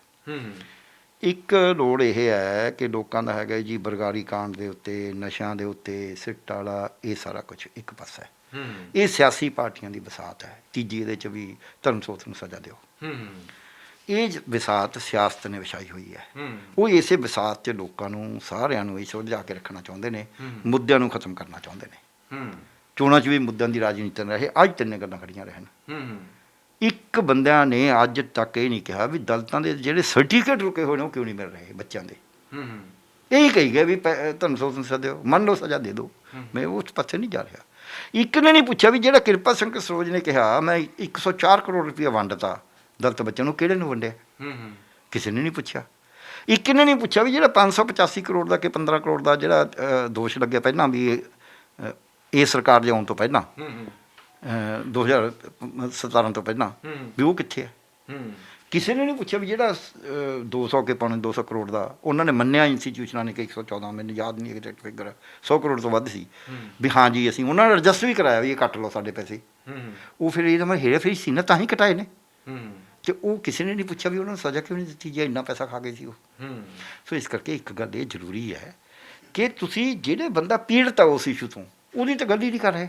ਤੁਸੀਂ ਗੱਲ ਆਪਦੀ ਸਿਆਸੀ ਖੂੰਗਤ ਤੁਸੀਂ ਕਰ ਰਹੇ ਹੋ। ਉਹ ਤਾਂ ਮੈਂ ਲੈਣਾ ਕੀ ਹੈ? ਮੇਰਾ ਤਾਂ ਪੀੜਤ ਆ, ਮੈਂ ਦਲਿਤ ਬੱਚਾ, ਮੇਰੀ ਡਿਗਰੀ ਨਹੀਂ ਮਿਲ ਰਹੀ। ਮੇਰਾ ਤਾਂ ਸਮੱਸਿਆ ਮੇਰੀ ਡਿਗਰੀ ਆ, ਮੇਰੀ ਨੌਕਰੀ ਰੁਕੀ ਪਈ ਆ। ਦਲਿਤਾਂ ਦੇ ਬੱਚਿਆਂ ਦੀ ਡਿਗਰੀ ਦਾ ਇੱਕ ਬੜਾ ਵੱਡਾ ਮਸਲਾ ਹੋ ਗਿਆ, ਇਸ ਉੱਤੇ ਐਕਸ਼ਨ ਲੈਣਾ ਚਾਹੀਦਾ। ਹੋਰ ਇਸ ਤੋਂ ਇਲਾਵਾ ਕਿਹੜੇ? ਮੈਂ ਆ ਰਿਹਾ ਹੁਣ ਸਾਡੇ ਕੋਲ ਲੋੜ ਕੀ ਹੈ? ਮੈਂ ਇਹ ਨਹੀਂ ਕਹਿ ਰਿਹਾ, ਮੈਂ ਪਾਸੇ ਹੋਰ ਪਾਸੋਂ ਗੱਲ ਕਰਦਾ। ਪ੍ਰਸ਼ਾਸਨ ਚੰਗਾ ਹੋਵੇ, ਲੋਕਾਂ ਨੂੰ ਡਰ ਹੈ ਵੀ ਯਾਰ ਕੋਈ ਕੰਮ ਤਾਂ ਹੁੰਦਾ ਹੀ ਨਹੀਂ, ਉਹਦੇ ਤਾਂ ਕੋਈ ਪੈਸਾ ਲੱਗਦਾ ਹੀ ਨਹੀਂ, ਹੁਕਮ ਕਰਨਾ ਵੀ ਦੇਖੋ ਗੱਲ ਇਹ ਹੈ ਵੀ ਥਾਣੇ ਜਾਊਗਾ, ਉਹਦੀ DDR ਜ਼ਰੂਰ ਹੋਏਗੀ। ਅਰਜੀ ਦਰਜੀ ਕਰਨੇ ਆ ਵੀ ਹਾਂ ਆ ਗਈ DDR ਕੀ ਹੈ, ਮੈਂ ਅਰਜੀ ਦਿੱਤੀ, ਉਹਨਾਂ ਨੇ ਨੰਬਰ ਲਾ ਲਿਆ ਵੀ ਹਾਂ ਜੀ ਇਹਦੀ ਅਰਜੀ ਆਈ ਹੈ। ਇਹ ਤਾਂ ਕੋਈ ਔਖਾ ਕੰਮ ਨਹੀਂ, ਤਾਂ ਹੋਣੀ ਚਾਹੀਦੀ ਹੈ। ਇਹ ਹੁਕਮ ਕਰ ਦਿਓ ਤਾਂ ਹਰੇਕ ਨੂੰ ਜੇ ਥਾਣੇ 'ਚ ਪਹਿਲਾਂ ਤਾਂ ਬੜਾ ਨਹੀਂ ਦਿੰਦੇ ਸੀ, ਹੁਣ ਤਾਂ ਅਰਜੀ ਫੱਟ ਲੈ ਲੈਂਦੇ ਨੇ, ਨਾਲ ਦੀ ਨਾਲ ਨੰਬਰ ਦੇ ਦਿੰਦੇ ਵੀ ਤੇਰੀ ਆਹ ਦਰਜ ਕਰ ਲਈ ਅਸੀਂ। ਇੱਦਾਂ ਹੀ ਤੁਸੀਂ ਜਾਣੋ ਕਿਸੇ ਵੀ ਦਫ਼ਤਰ 'ਚ ਸਰਵਿਸ ਐਕਟ ਬਣਿਆ ਹੋਇਆ, ਉਹਦੀ ਸਰਵਿਸ ਹੋਵੇ ਉਹਨੇ ਦਿਨਾਂ 'ਚ। ਇੰਤਕਾਲ ਹੋਣੇ ਨੇ, ਇੰਤਕਾਲ ਦਾ ਸਮਾਂ ਵੀ ਇੰਨੇ ਚਿਰ 'ਚ ਹੋਣਾ ਚਾਹੀਦਾ। ਸਾਰੇ ਤਹਿਸੀਲਦਾਰਾਂ ਨੂੰ ਤਹਿਸੀਲਦਾਰ ਕਹਿ ਦੇਣ ਵੀ ਜੇ ਇੰਨੇ ਚਿਰ 'ਚ ਇੰਤਕਾਲ ਨਾ ਹੋਇਆ ਤੁਹਾਡੀ ਬਦਲੀ ਕਰ ਦੇਣੀ ਹੈ। ਫਿਰ ਜਿਹੜੇ ਜ਼ਿਲ੍ਹਾ ਅਫਸਰ ਨੇ ਉਹਨਾਂ ਨੂੰ ਪੁੱਛਣਾ, ਇਹ ਥੋੜ੍ਹਾ ਵੀ DC ਕਹਿੰਦੇ ਬਾਬੂ ਨੇ ਨਹੀਂ ਕਰਿਆ। ਬਾਬੂ ਕਦੇ ਵਾਸਤੇ ਬਾਬੂ ਨੂੰ ਮੁੱਖ ਮੰਤਰੀ ਨੇ ਜਾਂ ਮੰਤਰੀ ਨੇ ਆ ਕੇ ਪੁੱਛਣਾ। ਇਹ ਮੈਂ ਕੋਈ ਇਹਨਾਂ ਦੀ ਸਰਕਾਰ 'ਚ ਨਹੀਂ ਕਹਿ ਰਿਹਾ, ਮੈਂ ਪਹਿਲਾਂ ਕੈਪਟਨ ਸਾਹਿਬ ਦੀ 'ਚ ਕਹਿ ਰਿਹਾ, ਮੈਂ ਬਾਦਲ ਸਾਹਿਬ ਦੀ ਸਰਕਾਰ 'ਚ ਵੀ ਹੁਣ ਬਾਦਲ ਸਾਹਿਬ ਨੇ ਥੋੜ੍ਹਾ ਜਾ ਕੇ ਪੁੱਛਣਾ। ਸੋ DCਆਂ ਨੂੰ, ADCਆਂ ਨੂੰ, ਸਿਵਲ ਸਰਜਨਾਂ ਨੂੰ, ਡਿਸਟ੍ਰਿਕਟ ਐਜੂਕੇਸ਼ਨ ਅਫਸਰਾਂ ਨੂੰ, ਡਿਸਟ੍ਰਿਕਟ ਮੰਡੀ ਬੋਰਡ ਦੇ ਜਿਹੜੇ ਹੈਗੇ ਨੇ ਆਪਣੇ ਮੈਨੇਜਰ ਹੈ, ਮਾਰਕਫੈਡ ਦੇ ਜਿੰਨੇ ਵੀ ਮਹਿਕਮੇ ਨੇ, ਵੈਟਰਨਰੀ ਵਾਲੇ, ਹੋਰ ਬਿਜਲੀ ਵਾਲੇ ਦੇ ਐਕਸੀਅਨ SC, ਉਹਨਾਂ ਨੂੰ ਪੁੱਛੋ ਕਿਉਂ ਤੁਸੀਂ ਥੱਲੇ ਆਉਂਦੇ ਵੀ ਭਾਈ ਇਹ ਕੰਮ ਕਿਉਂ ਨਹੀਂ ਹੁੰਦੇ? ਹੁਣ ਕੀ ਅਗਲਾ ਕਹਿੰਦਾ ਜੇ ਮੈਂ ਪੈਸੇ ਵੀ ਭਰੇ ਹੋਏ ਨੇ, ਮੇਰੇ ਕਨੈਕਸ਼ਨ ਫੇਰ ਨਹੀਂ ਦੇ ਰਹੇ। ਇਹ ਪੁੱਛਿਆ ਜਾਵੇ ਵੀ ਇਹ ਕੀ ਕਰ ਰਹੇ ਹੋ ਤੁਸੀਂ। ਸੋ ਪ੍ਰਸ਼ਾਸਨ ਸੁਧਾਰਨਾ, ਇਸ ਤੋਂ ਅੱਗੇ ਚੋਰੀ ਤਾਂ ਕੋਈ ਰੋਕ ਨਹੀਂ ਸਕਦਾ ਅਜੇ, ਪਰ ਡਾਕੇ ਰੋਕੇ ਜਾ ਸਕਦੇ ਨੇ। ਵੀ ਜਿਹੜਾ ਡਾਕਾ, ਜਿਹੜਾ ਕੋਈ ਰਿਸ਼ਵਤ ਲੈਂਦਾ ਫੜਿਆ ਗਿਆ, ਉਹਨੂੰ ਅਸੀਂ ਛੱਡਣਾ। 311(2) ਵੀ ਇੱਕ ਧਾਰਾ ਬਣੀ ਹੋਈ ਹੈ, ਉਹਦੇ ਅੰਦਰ ਵੀ ਪਹਿਲਾਂ ਡਿਸਮਿਸ ਕਰ ਦਾਂਗੇ, ਦੇਖੀ ਜੋ ਬਾਅਦ 'ਚ ਕੀ ਹੁੰਦਾ, ਫਿਰ ਅਗਲਾ ਆਪੇ ਹੋ ਜਾਂਦਾ। ਮੈਂ ਕਿਉਂ ਕਹਿਣਾ ਇਹ ਮੈਂ ਗੁਰਦਾਸਪੁਰ ਇਸ ਸਮੇਂ ਸੀ, ਮੈਨੂੰ ਇੱਕ ਬੰਦਾ ਆਇਆ ਕਹਿੰਦਾ ਜੀ ਇੱਥੇ ਆਹ ਕੁਛ ਹੋ ਰਿਹਾ। ਮੈਂ ਅੱਕਾ ਬੈਠਾ ਸੀ। ਮੈਂ ਹੁਣ ਮੈਂ ਕਿਹਦੇ ਗੋਲੀ ਮਾਰਾਂ। ਮੈਨੂੰ ਕਹਿੰਦਾ ਜੀ ਵੈਸੇ ਮੇਰੀ ਗੱਲ ਬੇਨਤੀ ਸੁਣ ਲਓਗੇ? ਹਾਂ ਤਾਂ ਮੈਂ ਅਨਪੜ੍ਹ ਜੱਟ। ਮੈਂ ਚਲ ਸੁਣਾ ਦਿਓ। ਕਹਿੰਦਾ ਜੀ ਸਾਡੀ ਫਸਲ ਕੌਂ ਖਾਂਦੇ ਨੇ, ਅਸੀਂ ਕਿਹੜਾ ਸਾਰੇ ਕੌਂ ਮਾਰ ਦਿੰਦੇ ਹਾਂ। ਮੈਨੂੰ ਫਟ ਸਮਝ ਆ ਗਈ ਵੀ ਇੱਕ ਨੂੰ ਗਲੇ ਨਾਲ ਮਾਰ ਕੇ ਡਰਨਾ ਬਣਾ ਕੇ ਟੰਗ ਦੋ, ਵੀ ਜਿਹੜਾ ਮੇਰੀ ਖੇਤੀ ਖਾਊ ਆਹ ਹੋਊਗਾ। ਮੈਂ ਠੀਕ ਆ, ਮੈਨੂੰ ਸਮਝ ਆ ਗਈ, ਬਸ ਕੰਮ ਠੀਕ ਹੋਣ ਲੱਗ ਗਿਆ। ਸੋ ਇਹ ਕਹਿਣਾ ਤਾਂ ਪਊਗਾ ਹੀ ਵੀ ਨਾ ਬਈ ਇਹ ਤਾਂ ਕੰਮ ਕਰਨਾ ਪਊਗਾ। ਇਸੇ ਤਰ੍ਹਾਂ ਹੀ ਬੁਢਾਪਾ ਪੈਨਸ਼ਨਾਂ, ਵਿਧਵਾ ਪੈਨਸ਼ਨਾਂ, ਮਨਰੇਗਾ ਕਾਰਡ ਉਹ ਬਣਨੇ ਸ਼ੁਰੂ ਹੋ ਜਾਣ। ਅਤੇ ਇੱਧਰ ਜਿਹੜਾ ਤੁਸੀਂ ਕਿਹਾ, ਇਹ ਕਹਿਣ ਦੀ ਬਜਾਏ ਕਿ ਇਹ ਕਹਿਣਾ ਤਾਂ ਇਹੀ ਚਾਹੀਦਾ ਵੀ ਇਸ ਮੈਨੂੰ ਉਮੀਦ ਹੈ, ਇਹ ਕਹਿਣਾ ਵੀ ਅਸੀਂ ਪੂਰਾ ਜ਼ੋਰ ਲਾਵਾਂਗੇ। ਇਹ ਕਹਿਣ ਦੇ ਵਿੱਚ ਕਿ ਪੱਕਾ ਹੀ ਹੋ ਜੂ ਵੀ ਅਸੀਂ ਪੂਰਾ ਜ਼ੋਰ ਲਾਵਾਂਗੇ ਸਾਡੇ ਕਾਲ 'ਚ ਫੈਸਲੇ ਹੋ ਜਾਣ। ਪਰ ਕਿਉਂਕਿ ਅਦਾਲਤ 'ਚ ਕੇਸ ਨੇ, ਅਸੀਂ ਉੱਥੇ ਅਰਜ਼ੀਆਂ ਪਾਵਾਂਗੇ, ਨਿਰਭਰ ਅਦਾਲਤ 'ਤੇ ਕਰਦਾ, ਪਰ ਅਸੀਂ ਇਹਦੇ 'ਚ ਢਿੱਡ ਕੋਈ ਨਹੀਂ ਛੱਡਾਂਗੇ। ਦੂਜੀ ਗੱਲ, ਕਿਸੇ ਨੂੰ ਇਹ ਕਹਿਣਾ ਵੀ ਇਹਨੂੰ ਫੜ ਕੇ ਅੰਦਰ ਕਰ ਦੂੰ, ਇਹ ਕੋਈ ਕਿਸੇ ਮੁੱਖ ਮੰਤਰੀ ਦੇ ਹੱਥ 'ਚ ਨਹੀਂ ਹੁੰਦਾ, ਇਹ ਧੱਕਾ ਹੁੰਦਾ। ਫਿਰ ਇਹ ਪਹਿਲਾਂ ਕੈਪਟਨ ਸਾਹਿਬ ਨੇ ਵੀ ਕਰਕੇ ਦੇਖਿਆ, ਬਾਦਲ ਸਾਹਿਬ ਨੂੰ ਅੰਦਰ ਕਰਕੇ। ਵਿਰੋਧੀ ਚਾਹੇ ਜਿੰਨਾ ਮਰਜ਼ੀ ਹੋਵੇ, ਇੱਕ ਤਾਂ ਅਪਸ਼ਬਦ ਨਹੀਂ ਉਹਦੇ ਬਾਰੇ ਵਰਤਣੇ ਚਾਹੀਦੇ, ਆਫਟਰ ਉਹ ਵੀ ਇੱਕ ਸਿਆਸਤਦਾਨ ਹੈ। ਅਤੇ ਦੂਜੀ ਗੱਲ ਇਹ ਹੈ ਕਿ ਤੁਸੀਂ ਇਹ ਨਾ ਕਹੋ ਵੀ ਮੈਂ ਇਹਨੂੰ ਅੰਦਰ ਕਰ ਦੂੰ। ਤੇ ਕਹੋ ਜੀ ਜੋ ਕਾਨੂੰਨੀ ਕਾਰਵਾਈ ਹੋਏਗੀ ਉਹ 'ਚ ਭੋਰਾ ਵੀ ਢਿੱਲ ਨਹੀਂ ਹੋਣ ਦਿਆਂਗੇ, ਚਾਹੇ ਉਹ ਸਾਡਾ ਆਪਣਾ ਹੋਵੇ ਚਾਹੇ ਦੂਜਾ ਹੋਵੇ। ਕਿਸੇ ਦੇ ਉੱਤੇ ਇਸ ਕਰਕੇ ਕੇਸ ਨਹੀਂ ਬਣਾਵਾਂਗੇ ਕਿ ਵਿਰੋਧੀ ਹੈ, ਕਿਸੇ ਆਪਣੇ ਇਸ ਕਰਕੇ ਨਹੀਂ ਛੱਡਾਂਗੇ ਕਿਸੇ ਨੂੰ ਕਿ ਸਾਡਾ ਹੈ। ਸੋ ਆਪਣੇ ਪਰਾਏ ਦੀ ਅਸੀਂ ਲਕੀਰ ਮਿਟਾਵਾਂਗੇ ਮੋਟੇ ਤੌਰ 'ਤੇ, ਬਰੀਕੀ ਤਾਂ ਕਦੇ ਵੀ ਨਹੀਂ ਮਿਟੀ, ਮੋਟੇ ਤੌਰ 'ਤੇ ਮਿਟਾਵਾਂਗੇ ਵੀ ਸਾਹਮਣੇ ਜਮਾਂ ਹੀ ਨਜਾਇਜ਼ ਨਾ ਦਿਖੇ। ਇਹ ਅਸੀਂ ਕਰਾਂਗੇ। ਇਸ ਤੋਂ ਅੱਗੇ ਇੱਕ ਹੋਰ ਗੱਲ ਜਿਹੜੀ ਸੁਨੇਹਾ ਦੇਣ ਦੀ ਲੋੜ ਹੈ। ਅੱਜ ਸਾਡੇ ਕੀ ਹੋ ਗਿਆ, ਜੇ ਕਾਂਗਰਸ ਪਾਰਟੀ ਦਾ ਬੰਦਾ ਕਹੇਗਾ ਉਹਦਾ ਹਰੇਕ ਚੀਜ਼ ਹੋ ਜਾਏਗੀ। ਜੇ ਹੁਣ ਕਹਿ ਲਓ ਇਹਨਾਂ ਦੇ ਧੜੇ ਦਾ ਕਹੇਗਾ ਉਹ ਹੋ ਜੂਗੀ, ਵੀ ਕੈਪਟਨ ਦੇ ਧੜੇ ਦੀ ਨਹੀਂ ਕਰਨੀ, ਮੰਨ ਲਓ ਆਪਾਂ ਐਂ ਹੋਵੇ ਸਿਚੁਏਸ਼ਨ। ਅਕਾਲੀਆਂ ਦੇ ਕਹੇ ਤੋਂ ਨਹੀਂ ਹੋਣੀ, ਪਹਿਲਾਂ ਅਕਾਲੀਆਂ ਹੀ ਕਰਦੇ ਰਹੇ ਨੇ, ਆਪ ਦੇ ਕਹੇ ਤੋਂ ਨਹੀਂ ਹੋਣੀ, BSP ਦੇ ਕਹੇ ਤੋਂ ਨਹੀਂ, BJP ਦੀ ਕਹੇ। ਅਨਾਊਂਸ ਕਰੋ ਵੀ ਜਿਹੜੇ ਰੂਟੀਨ ਕੰਮ ਨੇ, ਚਾਹੇ ਉਹ BJP ਹੈ, ਚਾਹੇ ਅਕਾਲੀ ਹੈ, ਚਾਹੇ BSP ਹੈ, ਚਾਹੇ ਕੋਈ ਆਪ ਹੈ, ਚਾਹੇ ਕੋਈ ਹੋਰ ਹੈ, ਜਿਹੜਾ ਮਰਜ਼ੀ ਸਾਨੂੰ ਜੇ ਉਹਨਾਂ ਦੇ ਕੰਮ ਨਹੀਂ ਹੋਏ ਲਿਖ ਕੇ ਭੇਜੋ ਲਿਸਟ। ਇਹ ਤਾਂ ਨਹੀਂ ਅਸੀਂ ਉਹ ਕੰਮ ਕਰਾਂਗੇ ਜ਼ਰੂਰ, ਅਸੀਂ ਉਹਦੀ ਵੈਰੀਫਾਈ ਕਰਾਂਗੇ। ਜੇ ਉਹ ਕੰਮ ਹੋਣਾ ਹੋਇਆ ਤਾਂ ਹੋਏਗਾ, ਜੇ ਨਾ ਹੋਣਾ ਨਹੀਂ ਕਰਾਂਗੇ, ਤੁਹਾਨੂੰ ਸੂਚਨਾ ਦਿਆਂਗੇ ਵੀ ਇਹ ਹੋ ਨਹੀਂ ਸਕਦਾ। ਪਰ ਇਸ ਗੱਲ 'ਤੇ ਨਹੀਂ ਰੁਕੇਗਾ ਕੰਮ ਵੀ ਇਹ BJP ਨੇ ਕਿਹਾ ਜੀ BJP ਤਾਂ ਰੋਜ਼ ਐਂ ਕਰਦੀ ਹੈ ਅਸੀਂ ਕਿਉਂ ਕਰੀਏ, ਨਾ ਕਰਾਂਗੇ। BJP ਨੇ ਕਹਤਾ ਫਿਰ ਕੀ ਹੋ ਗਿਆ, ਅਕਾਲੀਆਂ ਨੇ ਕਹਤਾ ਫਿਰ ਕੀ ਹੋ ਗਿਆ, ਕੰਮ ਤਾਂ ਲੋਕਾਂ ਦਾ ਹੈ ਨਾ। ਜਿਗਰ ਸਾਹਿਬ, ਇਹਦੇ ਵਿੱਚ ਇੱਕ ਬੜਾ ਵੱਡਾ ਮਸਲਾ ਪੰਜਾਬ ਦਾ ਹੈਗਾ, ਬਿਜਲੀ ਦਾ। ਬਿਜਲੀ ਦੇ ਮਸਲੇ ਉੱਤੇ ਨਵਜੋਤ ਸਿੰਘ ਸਿੱਧੂ ਨੇ ਆਵਾਜ਼ ਚੁੱਕੀ, ਸਲਾਹਾਂ ਵੀ ਦਿੱਤੀਆਂ ਕੈਪਟਨ ਸਾਹਿਬ ਨੂੰ, ਸਲਾਹਾਂ ਮੰਨੀਆਂ ਨੇ ਗਈਆਂ, ਕੈਪਟਨ ਸਾਹਿਬ ਦੀ ਕੁਰਸੀ ਵੀ ਚਲੀ ਗਈ ਹੈ। ਬਿਜਲੀ ਸਸਤੀ ਕਰਨੀ ਚਾਹੀਦੀ ਹੈ ਤੁਹਾਨੂੰ ਲੱਗਦਾ? 3 ਰੁਪਏ ਯੂਨਿਟ ਦੀ ਗੱਲ ਕੀਤੀ ਸੀ ਨਵਜੋਤ ਸਿੰਘ ਸਿੱਧੂ ਨੇ।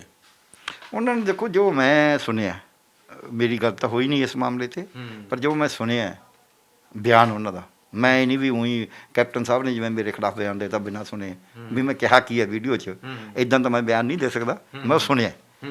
ਉਹਦੇ ਵਿੱਚ ਉਹਨਾਂ ਨੇ ਇਹ ਕਿਹਾ ਵੀ ਜੇ ਸਮਝੌਤੇ ਰੱਦ ਹੋ ਜਾਣ ਤਾਂ ਬਿਜਲੀ 3 ਰੁਪਏ ਯੂਨਿਟ ਦਿੱਤੀ ਜਾ ਸਕਦੀ ਹੈ, ਮੁਫਤ ਬਿਜਲੀ ਦੀ ਲੋੜ ਨਹੀਂ ਹੈ। ਹੁਣ ਸਮਝੌਤੇ ਰੱਦ ਨਾਲ ਉਹ ਪ੍ਰੀ ਕੰਡੀਸ਼ਨ ਹੈ। ਜੇ ਸਮਝੌਤੇ ਰੱਦ ਹੋ ਗਏ, ਇੱਕ ਪੋਜ਼ੀਟਿਵ ਗੱਲ ਆਈ ਹੈ ਇਸ ਸਮੇਂ ਦੇ ਵਿੱਚ, ਇਹਨਾਂ ਦੀ ਕਿਸਮਤ ਕਹਿ ਲਓ, ਚਾਂਸ ਕਹਿ ਲਓ, ਵੀ ਜਿਹੜਾ ਸਾਡਾ ਉਹ ਜਿਹੜੀ ਲੋਹੇ ਦੀ ਕਾਨ ਸੀ ਕੋਲੇ ਦੀ, ਉਹਦੇ ਉੱਤੇ ਸਟੇ ਲੱਗੀ ਹੋਈ ਸੀ, ਉਹ ਟੁੱਟ ਗਈ। ਸੁਪਰੀਮ ਕੋਰਟ ਨੇ ਪਰਸੋਂ ਹੀ ਫੈਸਲਾ ਕਰਿਆ। ਸੋ ਉਹਦੇ ਨਾਲ ਫਾਇਦਾ ਹੋ ਗਿਆ ਵੀ ਕੋਲਾ ਸਾਨੂੰ ਸਸਤਾ ਆਏਗਾ, ਸਾਡਾ ਕੋਲਾ ਸਸਤਾ ਹੋ ਗਿਆ ਤਾਂ ਉਹਦੇ ਨਾਲ ਬਿਜਲੀ ਸਸਤੀ ਹੋ ਹੀ ਸਕਦੀ ਹੈ, ਭਾਅ ਘਟੀ ਗਈ। ਸੋ ਇਸ ਕਰਕੇ ਬਿਜਲੀ ਸਮਝੌਤਿਆਂ ਦੇ ਉੱਤੇ ਕੈਪਟਨ ਸਾਹਿਬ ਨੇ ਜਦ ਇਹਨਾਂ ਦੇ ਖਿਲਾਫ ਰੌਲਾ ਪੈਣ ਲੱਗਿਆ ਸੀ 1.5 ਮਹੀਨਾ ਪਹਿਲਾਂ, ਇਹਨਾਂ ਨੇ ਵੀ ਝੁੱਡੂ ਫੇਰਤਾ ਸੀ, ਹੁਣ ਸਮਝੌਤੇ ਰੱਦ, ਮੈਂ ਹੁਣ ਹੀ ਕਹਿਤਾ ਕਰਤੇ ਹੀ ਬਸ ਕਰ ਦੇਣੇ ਨੇ। ਫਿਰ ਹੌਲੀ ਹੌਲੀ ਜਦ ਇਹਨਾਂ ਨੇ ਲੋਕਾਂ ਨੇ, ਮੈਂ ਦੇਖਿਆ ਜਾ ਕੇ ਵਿੱਚ, ਉਹ ਕਹਿੰਦੇ ਸੀ ਸਮਝੌਤਿਆਂ 'ਚ ਕੀ ਲੈਣਾ, ਜਿੰਨੇ ਮਰਜ਼ੀ ਕੀਤੇ ਹੋਣ, ਸਾਨੂੰ ਤਾਂ ਬਿਜਲੀ ਸਸਤੀ ਚਾਹੀਦੀ ਹੈ, ਭਾਵੇਂ ਸਮਝੌਤੇ ਕਰੀ ਰੱਖੋ। ਕਹਿੰਦੇ ਉਹ ਸਮਝਦੇ ਨਹੀਂ ਤੁਸੀਂ, ਲੋਕਾਂ ਦੇ ਏਸੀ ਲੋਕਾਂ ਦੀ ਮਾਨਸਿਕਤਾ ਹੀ ਇੱਥੇ ਪਹੁੰਚਾਤੀ, ਲੋਕਾਂ ਦੀ ਅਸੀਂ ਮਾਨਸਿਕਤਾ ਇੱਥੇ ਪਹੁੰਚਾਤੀ। ਕੋਈ ਕਾਇਦਾ ਕਾਨੂੰਨ ਕੋਈ ਚੀਜ਼ ਨਹੀਂ,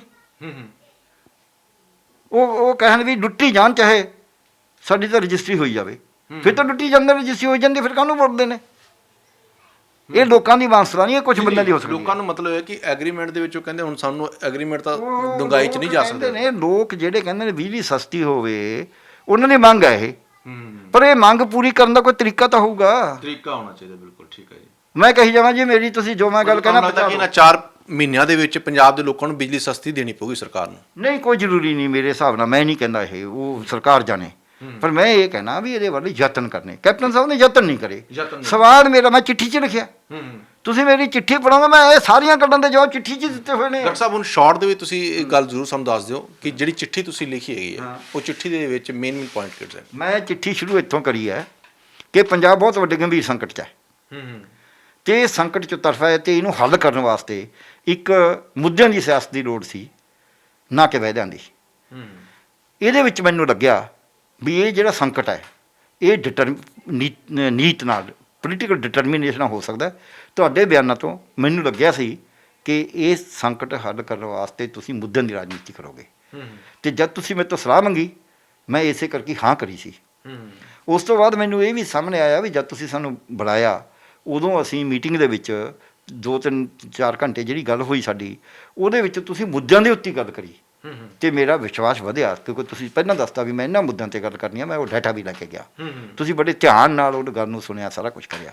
ਫਿਰ ਉਸ ਤੋਂ ਬਾਅਦ ਵੀ ਜਦ ਤੁਸੀਂ ਮੈਨੂੰ ਦੁਬਾਰਾ ਫੋਨ ਕਰਿਆ, ਕੁਝ ਹੋਰ ਡਾਟਾ ਮੰਗਿਆ ਇੱਕ ਦਿਨ ਹੋਰ, ਕਿਸੇ ਦਿਨ ਵੀ ਉਹ ਫਿਰ ਤੁਸੀਂ ਫਿਰ ਡਾਟਾ ਮੁੱਦਿਆਂ 'ਤੇ ਹੀ ਮੰਗਿਆ, ਤਾਂ ਮੇਰਾ ਵਿਸ਼ਵਾਸ ਹੋਰ ਜ਼ਿਆਦਾ ਪੱਕਾ ਹੋ ਗਿਆ ਵੀ ਤੁਸੀਂ ਕੁਝ ਕਰਨਾ ਚਾਹੁੰਦੇ ਹੋ। ਸੋ ਮੈਨੂੰ ਇਹ ਵਿਸ਼ਵਾਸ ਹੈ ਵੀ ਤੁਸੀਂ ਕਰਨਾ ਚਾਹੁੰਦੇ ਹੋ।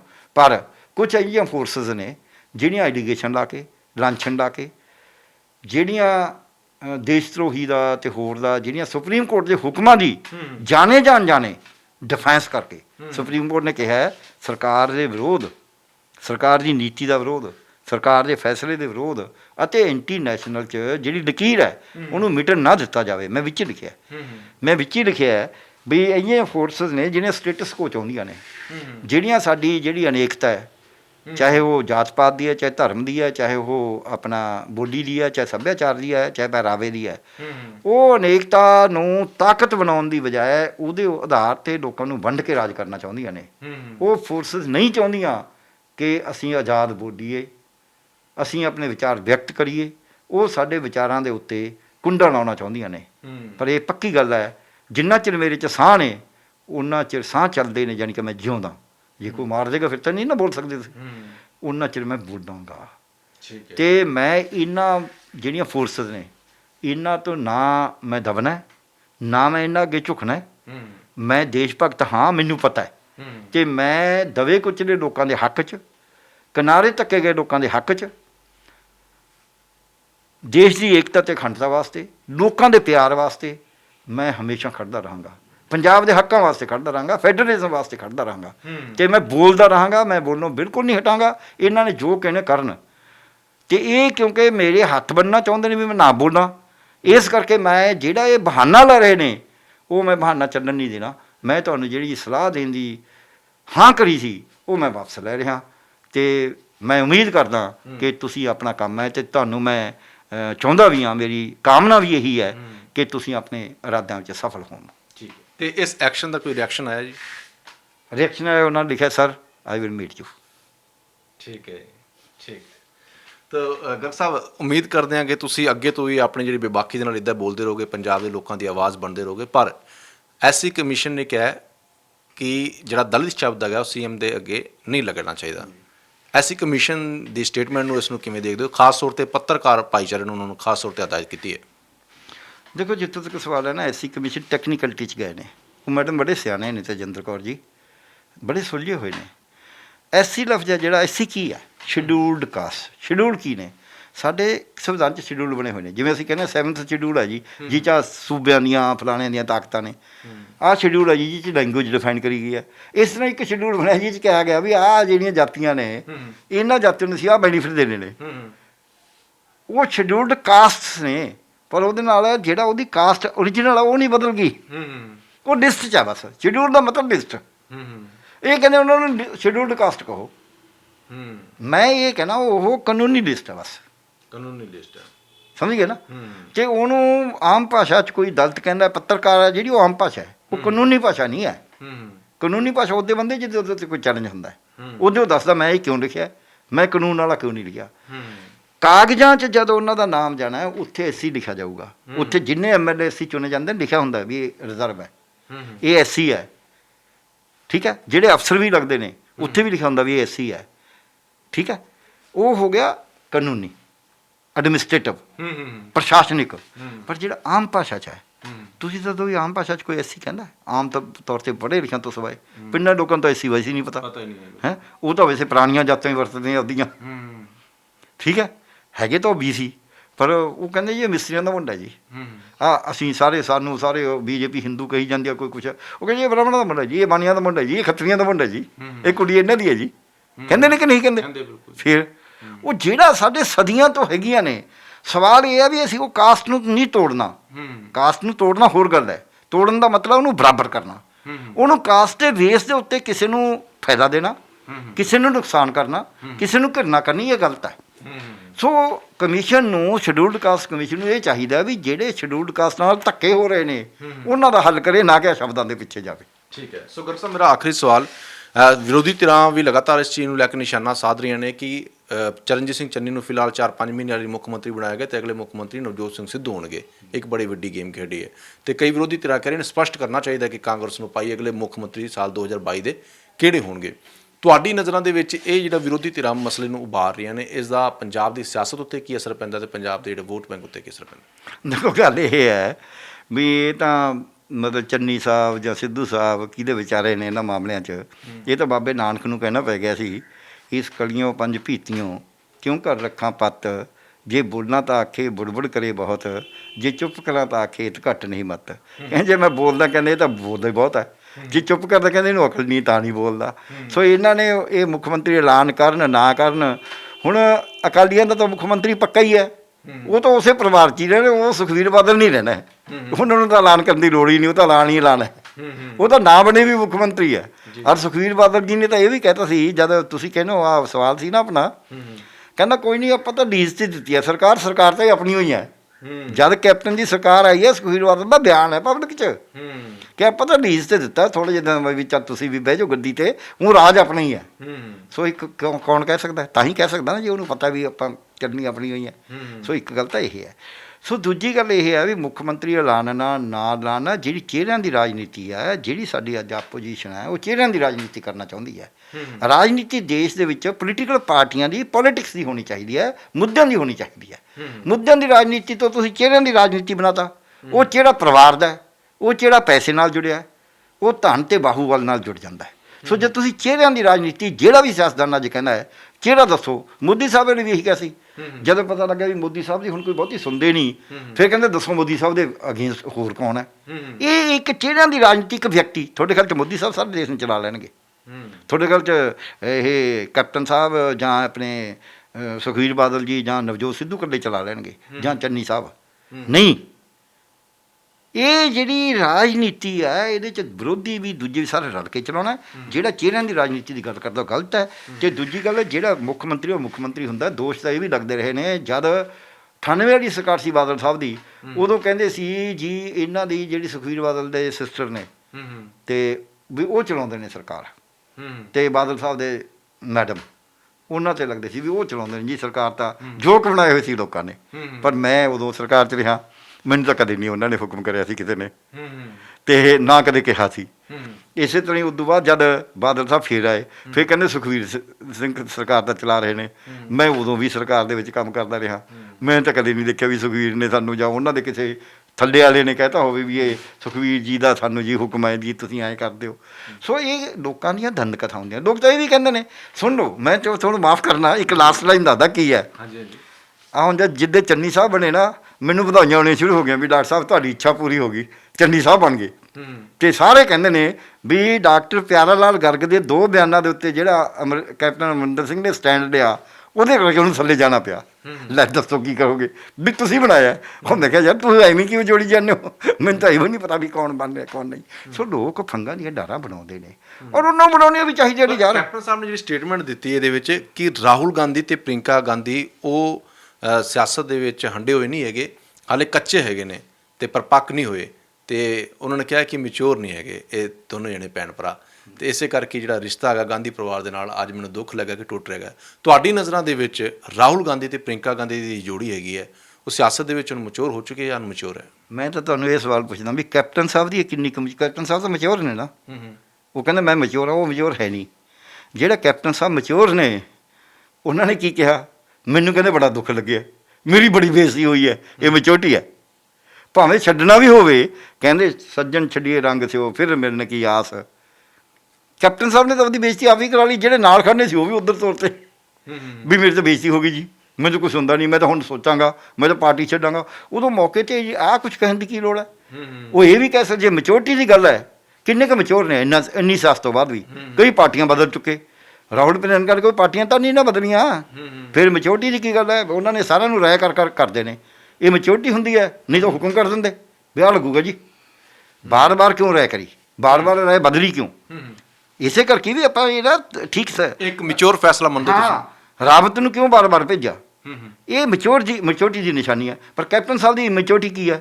ਵੀ ਜਿਹੜੇ ਤੇਰੇ ਨਾਲ ਨੇ ਉਹ ਵੀ ਤੁਸੀਂ ਉੱਧਰ ਭੇਜਤੇ। ਤੁਸੀਂ ਕਹੋ ਦੇਖੋ ਜੀ CRP ਨੇ ਮੈਨੂੰ ਚੁਣਿਆ ਸੀ, ਮੈਨੂੰ ਕਈ ਵਾਰੀ ਦਿੱਲੀ ਬੁਲਾ ਕੇ ਵੀ ਪੁੱਛਿਆ ਗਿਆ, ਜੈਸੇ ਸਾਡਾ ਝਗੜਾ ਚੱਲਦਾ ਸੀ, ਤਾਂ ਕੋਈ ਸ਼ੱਕ ਨਹੀਂ, ਸਭ ਨੂੰ ਪਤਾ ਵੀ ਝਗੜਾ ਚੱਲਦਾ। ਅਤੇ ਉਹਦੇ ਵਿੱਚ ਮੈਂ ਆਪਦਾ ਪੋਜੀਸ਼ਨ ਦੱਸ ਵੀ ਦਿੱਤੀ, ਅਤੇ ਮੈਂ ਬੜਾ ਜ਼ੋਰ ਲਾਇਆ ਕਿ ਜਿਹੜੇ ਸਾਰੇ ਵਾਅਦੇ ਅਸੀਂ ਕਰੇ ਸੀ ਚੋਣ ਮੈਨੀਫੈਸਟੋ 'ਚ ਕਾਂਗਰਸ ਪਾਰਟੀ ਨੇ, ਉਹ ਮੈਂ ਪੂਰੇ ਕਰਾਂ।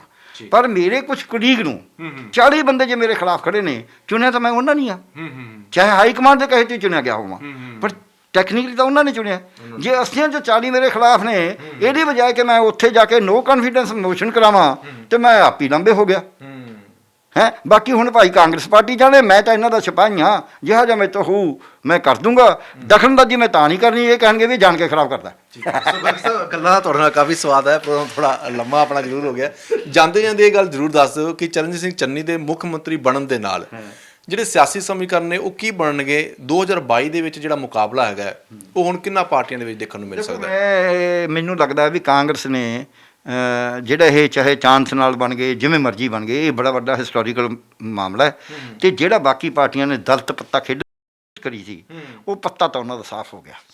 ਅਤੇ ਦੂਜੀ ਗੱਲ, ਹਮੇਸ਼ਾ ਹੀ ਜੇ ਤੁਹਾਡੇ ਘਰ ਦਾ ਕੋਈ ਜੀ ਨਾ ਕਿਸੇ ਉੱਚੇ ਅਹੁਦੇ 'ਤੇ ਜਾਵੇ, ਤੁਹਾਡੀ ਜਾਤ ਦਾ, ਤੁਹਾਡੇ ਪਿੰਡ ਦਾ, ਭਾਵੇਂ ਪਿੰਡ ਵਾਲਾ ਨੂੰ ਜਮਾਂ ਹੀ ਨਾ ਉਹਨੇ ਪੁੱਛਿਆ ਹੋਵੇ ਕਦੇ, ਉਹ ਤਾਂ ਵੀ ਖੁਸ਼ ਹੁੰਦਾ ਵੀ ਸਾਡੇ ਪਿੰਡ ਦਾ ਜੀ।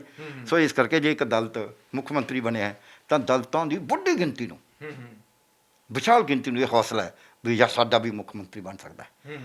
ਬਾਕੀ ਤਾਂ ਬੰਦ ਹੀ ਆਏ ਨੇ। ਸੋ ਇਸ ਕਰਕੇ ਉਹ ਜਿਹੜਾ ਦਲਿਤ ਪੱਤਾ ਖੇਡਿਆ ਸੀ, ਉਹ 34% ਵੋਟ ਹੈ ਦਲਿਤਾਂ ਦੀ। ਉਹ 34% ਵੋਟ ਥੋੜ੍ਹੀ ਨਹੀਂ ਹੁੰਦੀ। ਸੋ ਉਹਦੇ ਵਿੱਚੋਂ ਬਾਕੀਆਂ ਦੀ ਹੁਣ ਜੇ ਅੱਗੇ ਮਿਲਣੀ ਸੀ ਮੰਨ ਲਓ 10%, ਹੁਣ 5 ਹੀ ਰਹਿ ਜੂਗੀ। ਸੋ ਇਸ ਕਰਕੇ ਇਹ ਵਧੀਆ ਹੋਇਆ। ਔਰ ਇੱਕ ਗੱਲ ਹੋਰ ਵੀ ਮੈਂ ਕਹਾਂਗਾ ਵੀ ਦਲਿਤਾਂ ਦਾ ਅੱਗੇ ਆਉਣਾ, ਦੇਖੋ ਤੁਸੀਂ 1/3 ਪਾਪੂਲੇਸ਼ਨ ਨੂੰ ਤੁਸੀਂ ਮਤਲਬ ਥੱਲੇ ਦੱਬ ਕੇ ਰੱਖੋਗੇ, ਉਹਨਾਂ ਨੂੰ ਜੀਣ ਦਾ ਕੋਈ ਅਧਿਕਾਰ ਨਹੀਂ, ਉਹਨਾਂ ਨੂੰ ਮਨੁੱਖੀ ਅਧਿਕਾਰ ਕੋਈ ਨਹੀਂ ਉਹਨਾਂ ਦਾ, ਉਹਨਾਂ ਨੂੰ ਰਹਿਣ ਦਾ ਕੋਈ ਅਧਿਕਾਰ ਨਹੀਂ। ਇਹ ਸੋਚਣ ਦਾ ਪਊਗਾ ਨਾ ਤੁਹਾਨੂੰ। ਇਹ ਡੈਮੋਕ੍ਰੇਸੀ ਹੈ, ਇਹ ਕੋਈ ਰਾਜੇ ਦਾ ਰਾਜ ਤਾਂ ਹੈ ਨਹੀਂ। ਸੋ ਜਦ ਤੁਸੀਂ ਇਹ ਡੈਮੋਕ੍ਰੇਸੀ 'ਚ ਰਹਿੰਦੇ ਹੋ ਨਾ, ਔਰ ਇਹ ਵੀ ਗੱਲ ਹੈ ਜਿਨ੍ਹਾਂ ਨੇ ਹਮੇਸ਼ਾ ਰਾਜ ਕਰਿਆ ਉਹਨਾਂ ਦੇ ਢਿੱਡ 'ਚ ਸੂਲ ਉੱਠੂ ਵੀ ਯਾਰ ਇਹ ਕੱਲ੍ਹ ਤਾਂ ਸਾਡੇ ਭਾਂਡੇ ਮਾਂਜਦੇ ਸੀ, ਸਾਡੇ ਡੰਗਰ ਚਾਰਦੇ ਸੀ, ਅੱਜ ਸਾਡੇ ਬਰਾਬਰ ਆ ਗਏ। ਉਹ ਵੀ ਰੋਕਣਗੇ ਤੁਹਾਨੂੰ ਸਾਰੇ ਕੰਬੀਨੇਸ਼ਨ ਲੈ ਕੇ। ਪਰ ਇੱਕ ਨੀਤੀ ਤਾਂ ਰੱਖਣੀ ਪਊਗੀ ਨਾ, ਜਿਹੜੀ ਸਾਡੇ ਸੰਵਿਧਾਨ ਨੇ ਸਾਨੂੰ ਦਿੱਤੀ, ਸਾਡੇ ਆਜ਼ਾਦੀ ਘੁਲਾਟੀਆਂ ਨੇ ਦਿੱਤੀ। ਉਹ ਤਾਂ ਦਲਿਤਾਂ ਦੇ ਵਿੱਚ ਇੱਕ ਦੁੱਖ ਹੋ ਗਿਆ ਵੀ ਇਹਨਾਂ 'ਚ ਵੀ ਬ੍ਰਾਹਮਣ ਪੈਦਾ ਹੋ ਗਏ। ਦਲਿਤਾਂ ਨੂੰ ਬਰਾਬਰ 'ਤੇ ਲਿਆਉਣਾ, ਇਹ ਨਿਸ਼ਾਨਾ ਤਾਂ ਸਾਡਾ ਹੈਗਾ ਹੀ ਹੈ ਨਾ, ਇਹ ਹੋਣਾ ਵੀ ਚਾਹੀਦਾ। ਅਤੇ ਉਹਦੇ 'ਚ ਸਾਡੀ ਸਪੀਡ ਬਹੁਤ ਥੋੜ੍ਹੀ ਹੈ, ਉਹ ਸਪੀਡ ਤੇਜ਼ ਹੋਣੀ ਚਾਹੀਦੀ ਹੈ। ਇਨਸਾਨ ਤਾਂ ਸਾਰੇ ਬਰਾਬਰ ਨੇ। ਮੁਕਾਬਲਾ ਕਿਸ ਵਿੱਚ ਦੇਖਣ ਨੂੰ ਮਿਲੂਗਾ ਜੀ? ਮੈਨੂੰ ਲੱਗਦਾ ਵੀ ਹੁਣ ਤਾਂ ਕਾਂਗਰਸ ਅਤੇ ਆਪ ਵਾਲਿਆਂ 'ਚ ਜ਼ਿਆਦਾ ਰਹੂਗਾ। ਅਕਾਲੀ ਦਲ ਤਾਂ ਜੇ ਵੀ ਕਿਉਂਕਿ ਕਿਸਾਨਾਂ ਨਾਲ ਜੋ ਲਈ ਜਾਂਦਾ ਹੈ ਇੱਟ ਖੜਕਾ, ਜਿਵੇਂ ਉਹਨਾਂ ਦੀ ਅੱਡੋ ਫੱਟੀ ਬਹੁਤ ਜ਼ਿਆਦਾ ਹੋ ਗਈ ਉਹਦੇ 'ਚ, ਕਿਉਂਕਿ ਆਪ ਵਾਲਿਆਂ ਦਾ ਜੇ ਵੀ ਇਮੇਜ ਨਹੀਂ ਛੱਡੇ ਗਿਆ, ਇਮੇਜ ਵਧੀਆ ਹੋ ਉਹਨਾਂ ਦਾ। ਸੋ ਮੈਨੂੰ ਇਹ ਲੱਗਦਾ ਵੀ ਕਾਂਗਰਸ ਅਤੇ ਆਪ 'ਚ ਜ਼ਿਆਦਾ ਮੁਕਾਬਲਾ ਹੋਏਗਾ। ਕੈਪਟਨ ਸਾਹਿਬ ਚਾਹੇ BJP ਚਲੇ ਜਾਣ, ਅਤੇ ਉਹ BJP ਦਾ ਤਾਂ ਵਿਚਾਰਾਂ ਦਾ ਠੀਕ ਹੀ ਹਿਸਾਬ ਹੈ। ਠੀਕ ਹੈ। ਸੋ ਗਰਗ ਸਾਹਿਬ ਸ਼ੁਕਰੀਆ, ਤੁਸੀਂ ਕੀਮਤੀ ਸਮਾਂ ਕੱਢਿਆ ਅਤੇ ਬੜੇ ਸੋਹਣੇ ਵਿਚਾਰ ਤੁਸੀਂ ਸਾਡੇ ਨਾਲ ਸਾਂਝੇ ਕੀਤੇ। ਧੰਨਵਾਦ ਤੁਹਾਡਾ ਗਰਗ ਸਾਹਿਬ। ਥੈਂਕ ਯੂ ਜੀ। ਸੋ ਇਹ ਸਨ ਡਾਕਟਰ ਪਿਆਰੇ ਲਾਲ ਗਰਗ ਜੀ, ਜੋ ਬੁੱਧੀਜੀਵੀ ਹੈਗੇ ਨੇ ਅਤੇ ਪੰਜਾਬ ਦੇ ਹਿੱਤਾਂ ਦੇ ਲਈ, ਪੰਜਾਬ ਦੇ ਲੋਕਾਂ ਦੇ ਲਈ ਹਮੇਸ਼ਾ ਬੋਲਦੇ ਰਹਿੰਦੇ ਨੇ, ਆਪਣੇ ਵਿਚਾਰ ਜਿਹੜੇ ਹੈਗੇ ਨੇ ਉਹ ਸਾਂਝੇ ਕਰਦੇ ਰਹਿੰਦੇ ਨੇ।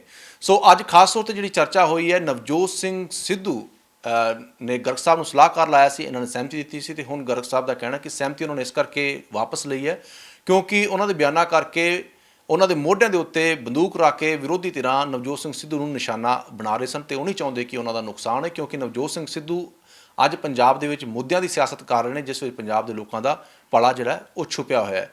ਅਤੇ ਨਾਲ ਹੀ ਅਸੀਂ ਪੰਜਾਬ ਦੇ ਸਿਆਸੀ ਸਮੀਕਰਨਾਂ ਦੇ ਉੱਤੇ ਵੀ ਚਰਚਾ ਕੀਤੀ ਹੈ, ਅਤੇ ਅਕਾਲੀ ਦਲ ਦੇ ਵਿੱਚ ਬੁਖਲਾਹਟ ਵੀ ਇੱਕ ਜ਼ਰੂਰ ਨਜ਼ਰ ਆ ਰਹੀ ਹੈ। ਅੱਜ ਗਵਰਨਰ ਨੂੰ ਮਿਲੇ ਸੁਖਬੀਰ ਸਿੰਘ ਬਾਦਲ, ਉਹਨਾਂ ਦਾ ਕਹਿਣਾ ਹੈ ਕਿ ਜਿਸ ਤਰੀਕੇ ਦੇ ਨਾਲ ਹੁਣ ਡਰ ਬਣਿਆ ਹੋਇਆ ਕਿ ਉਹਨਾਂ ਨੂੰ ਕਿਸੇ ਵੇਲੇ ਵੀ ਅੰਦਰ ਕੀਤਾ ਜਾ ਸਕਦਾ, ਅਤੇ ਉਹ ਗਰਗ ਸਾਹਿਬ ਦਾ ਕਹਿਣਾ ਕਿ ਅਜੇ ਬੁਖਲਾਹਟ ਕੈਪਟਨ ਸਾਹਿਬ ਦੇ ਵੇਲੇ ਜਿਹੜੀ ਹੈਗੀ ਹੈ ਉਹ ਨਜ਼ਰ ਨਹੀਂ ਆਈ। ਉਸ ਵੇਲੇ ਕਦੇ ਵੀ ਜੀ ਅਜਿਹੀ ਗੱਲ ਉਹਨਾਂ ਨੂੰ ਨਹੀਂ ਕਹੀ ਕਿ ਉਹਨਾਂ ਨੂੰ ਚੱਕ ਕੇ ਅੰਦਰ ਕੀਤਾ ਜਾ ਸਕਦਾ ਹੈ।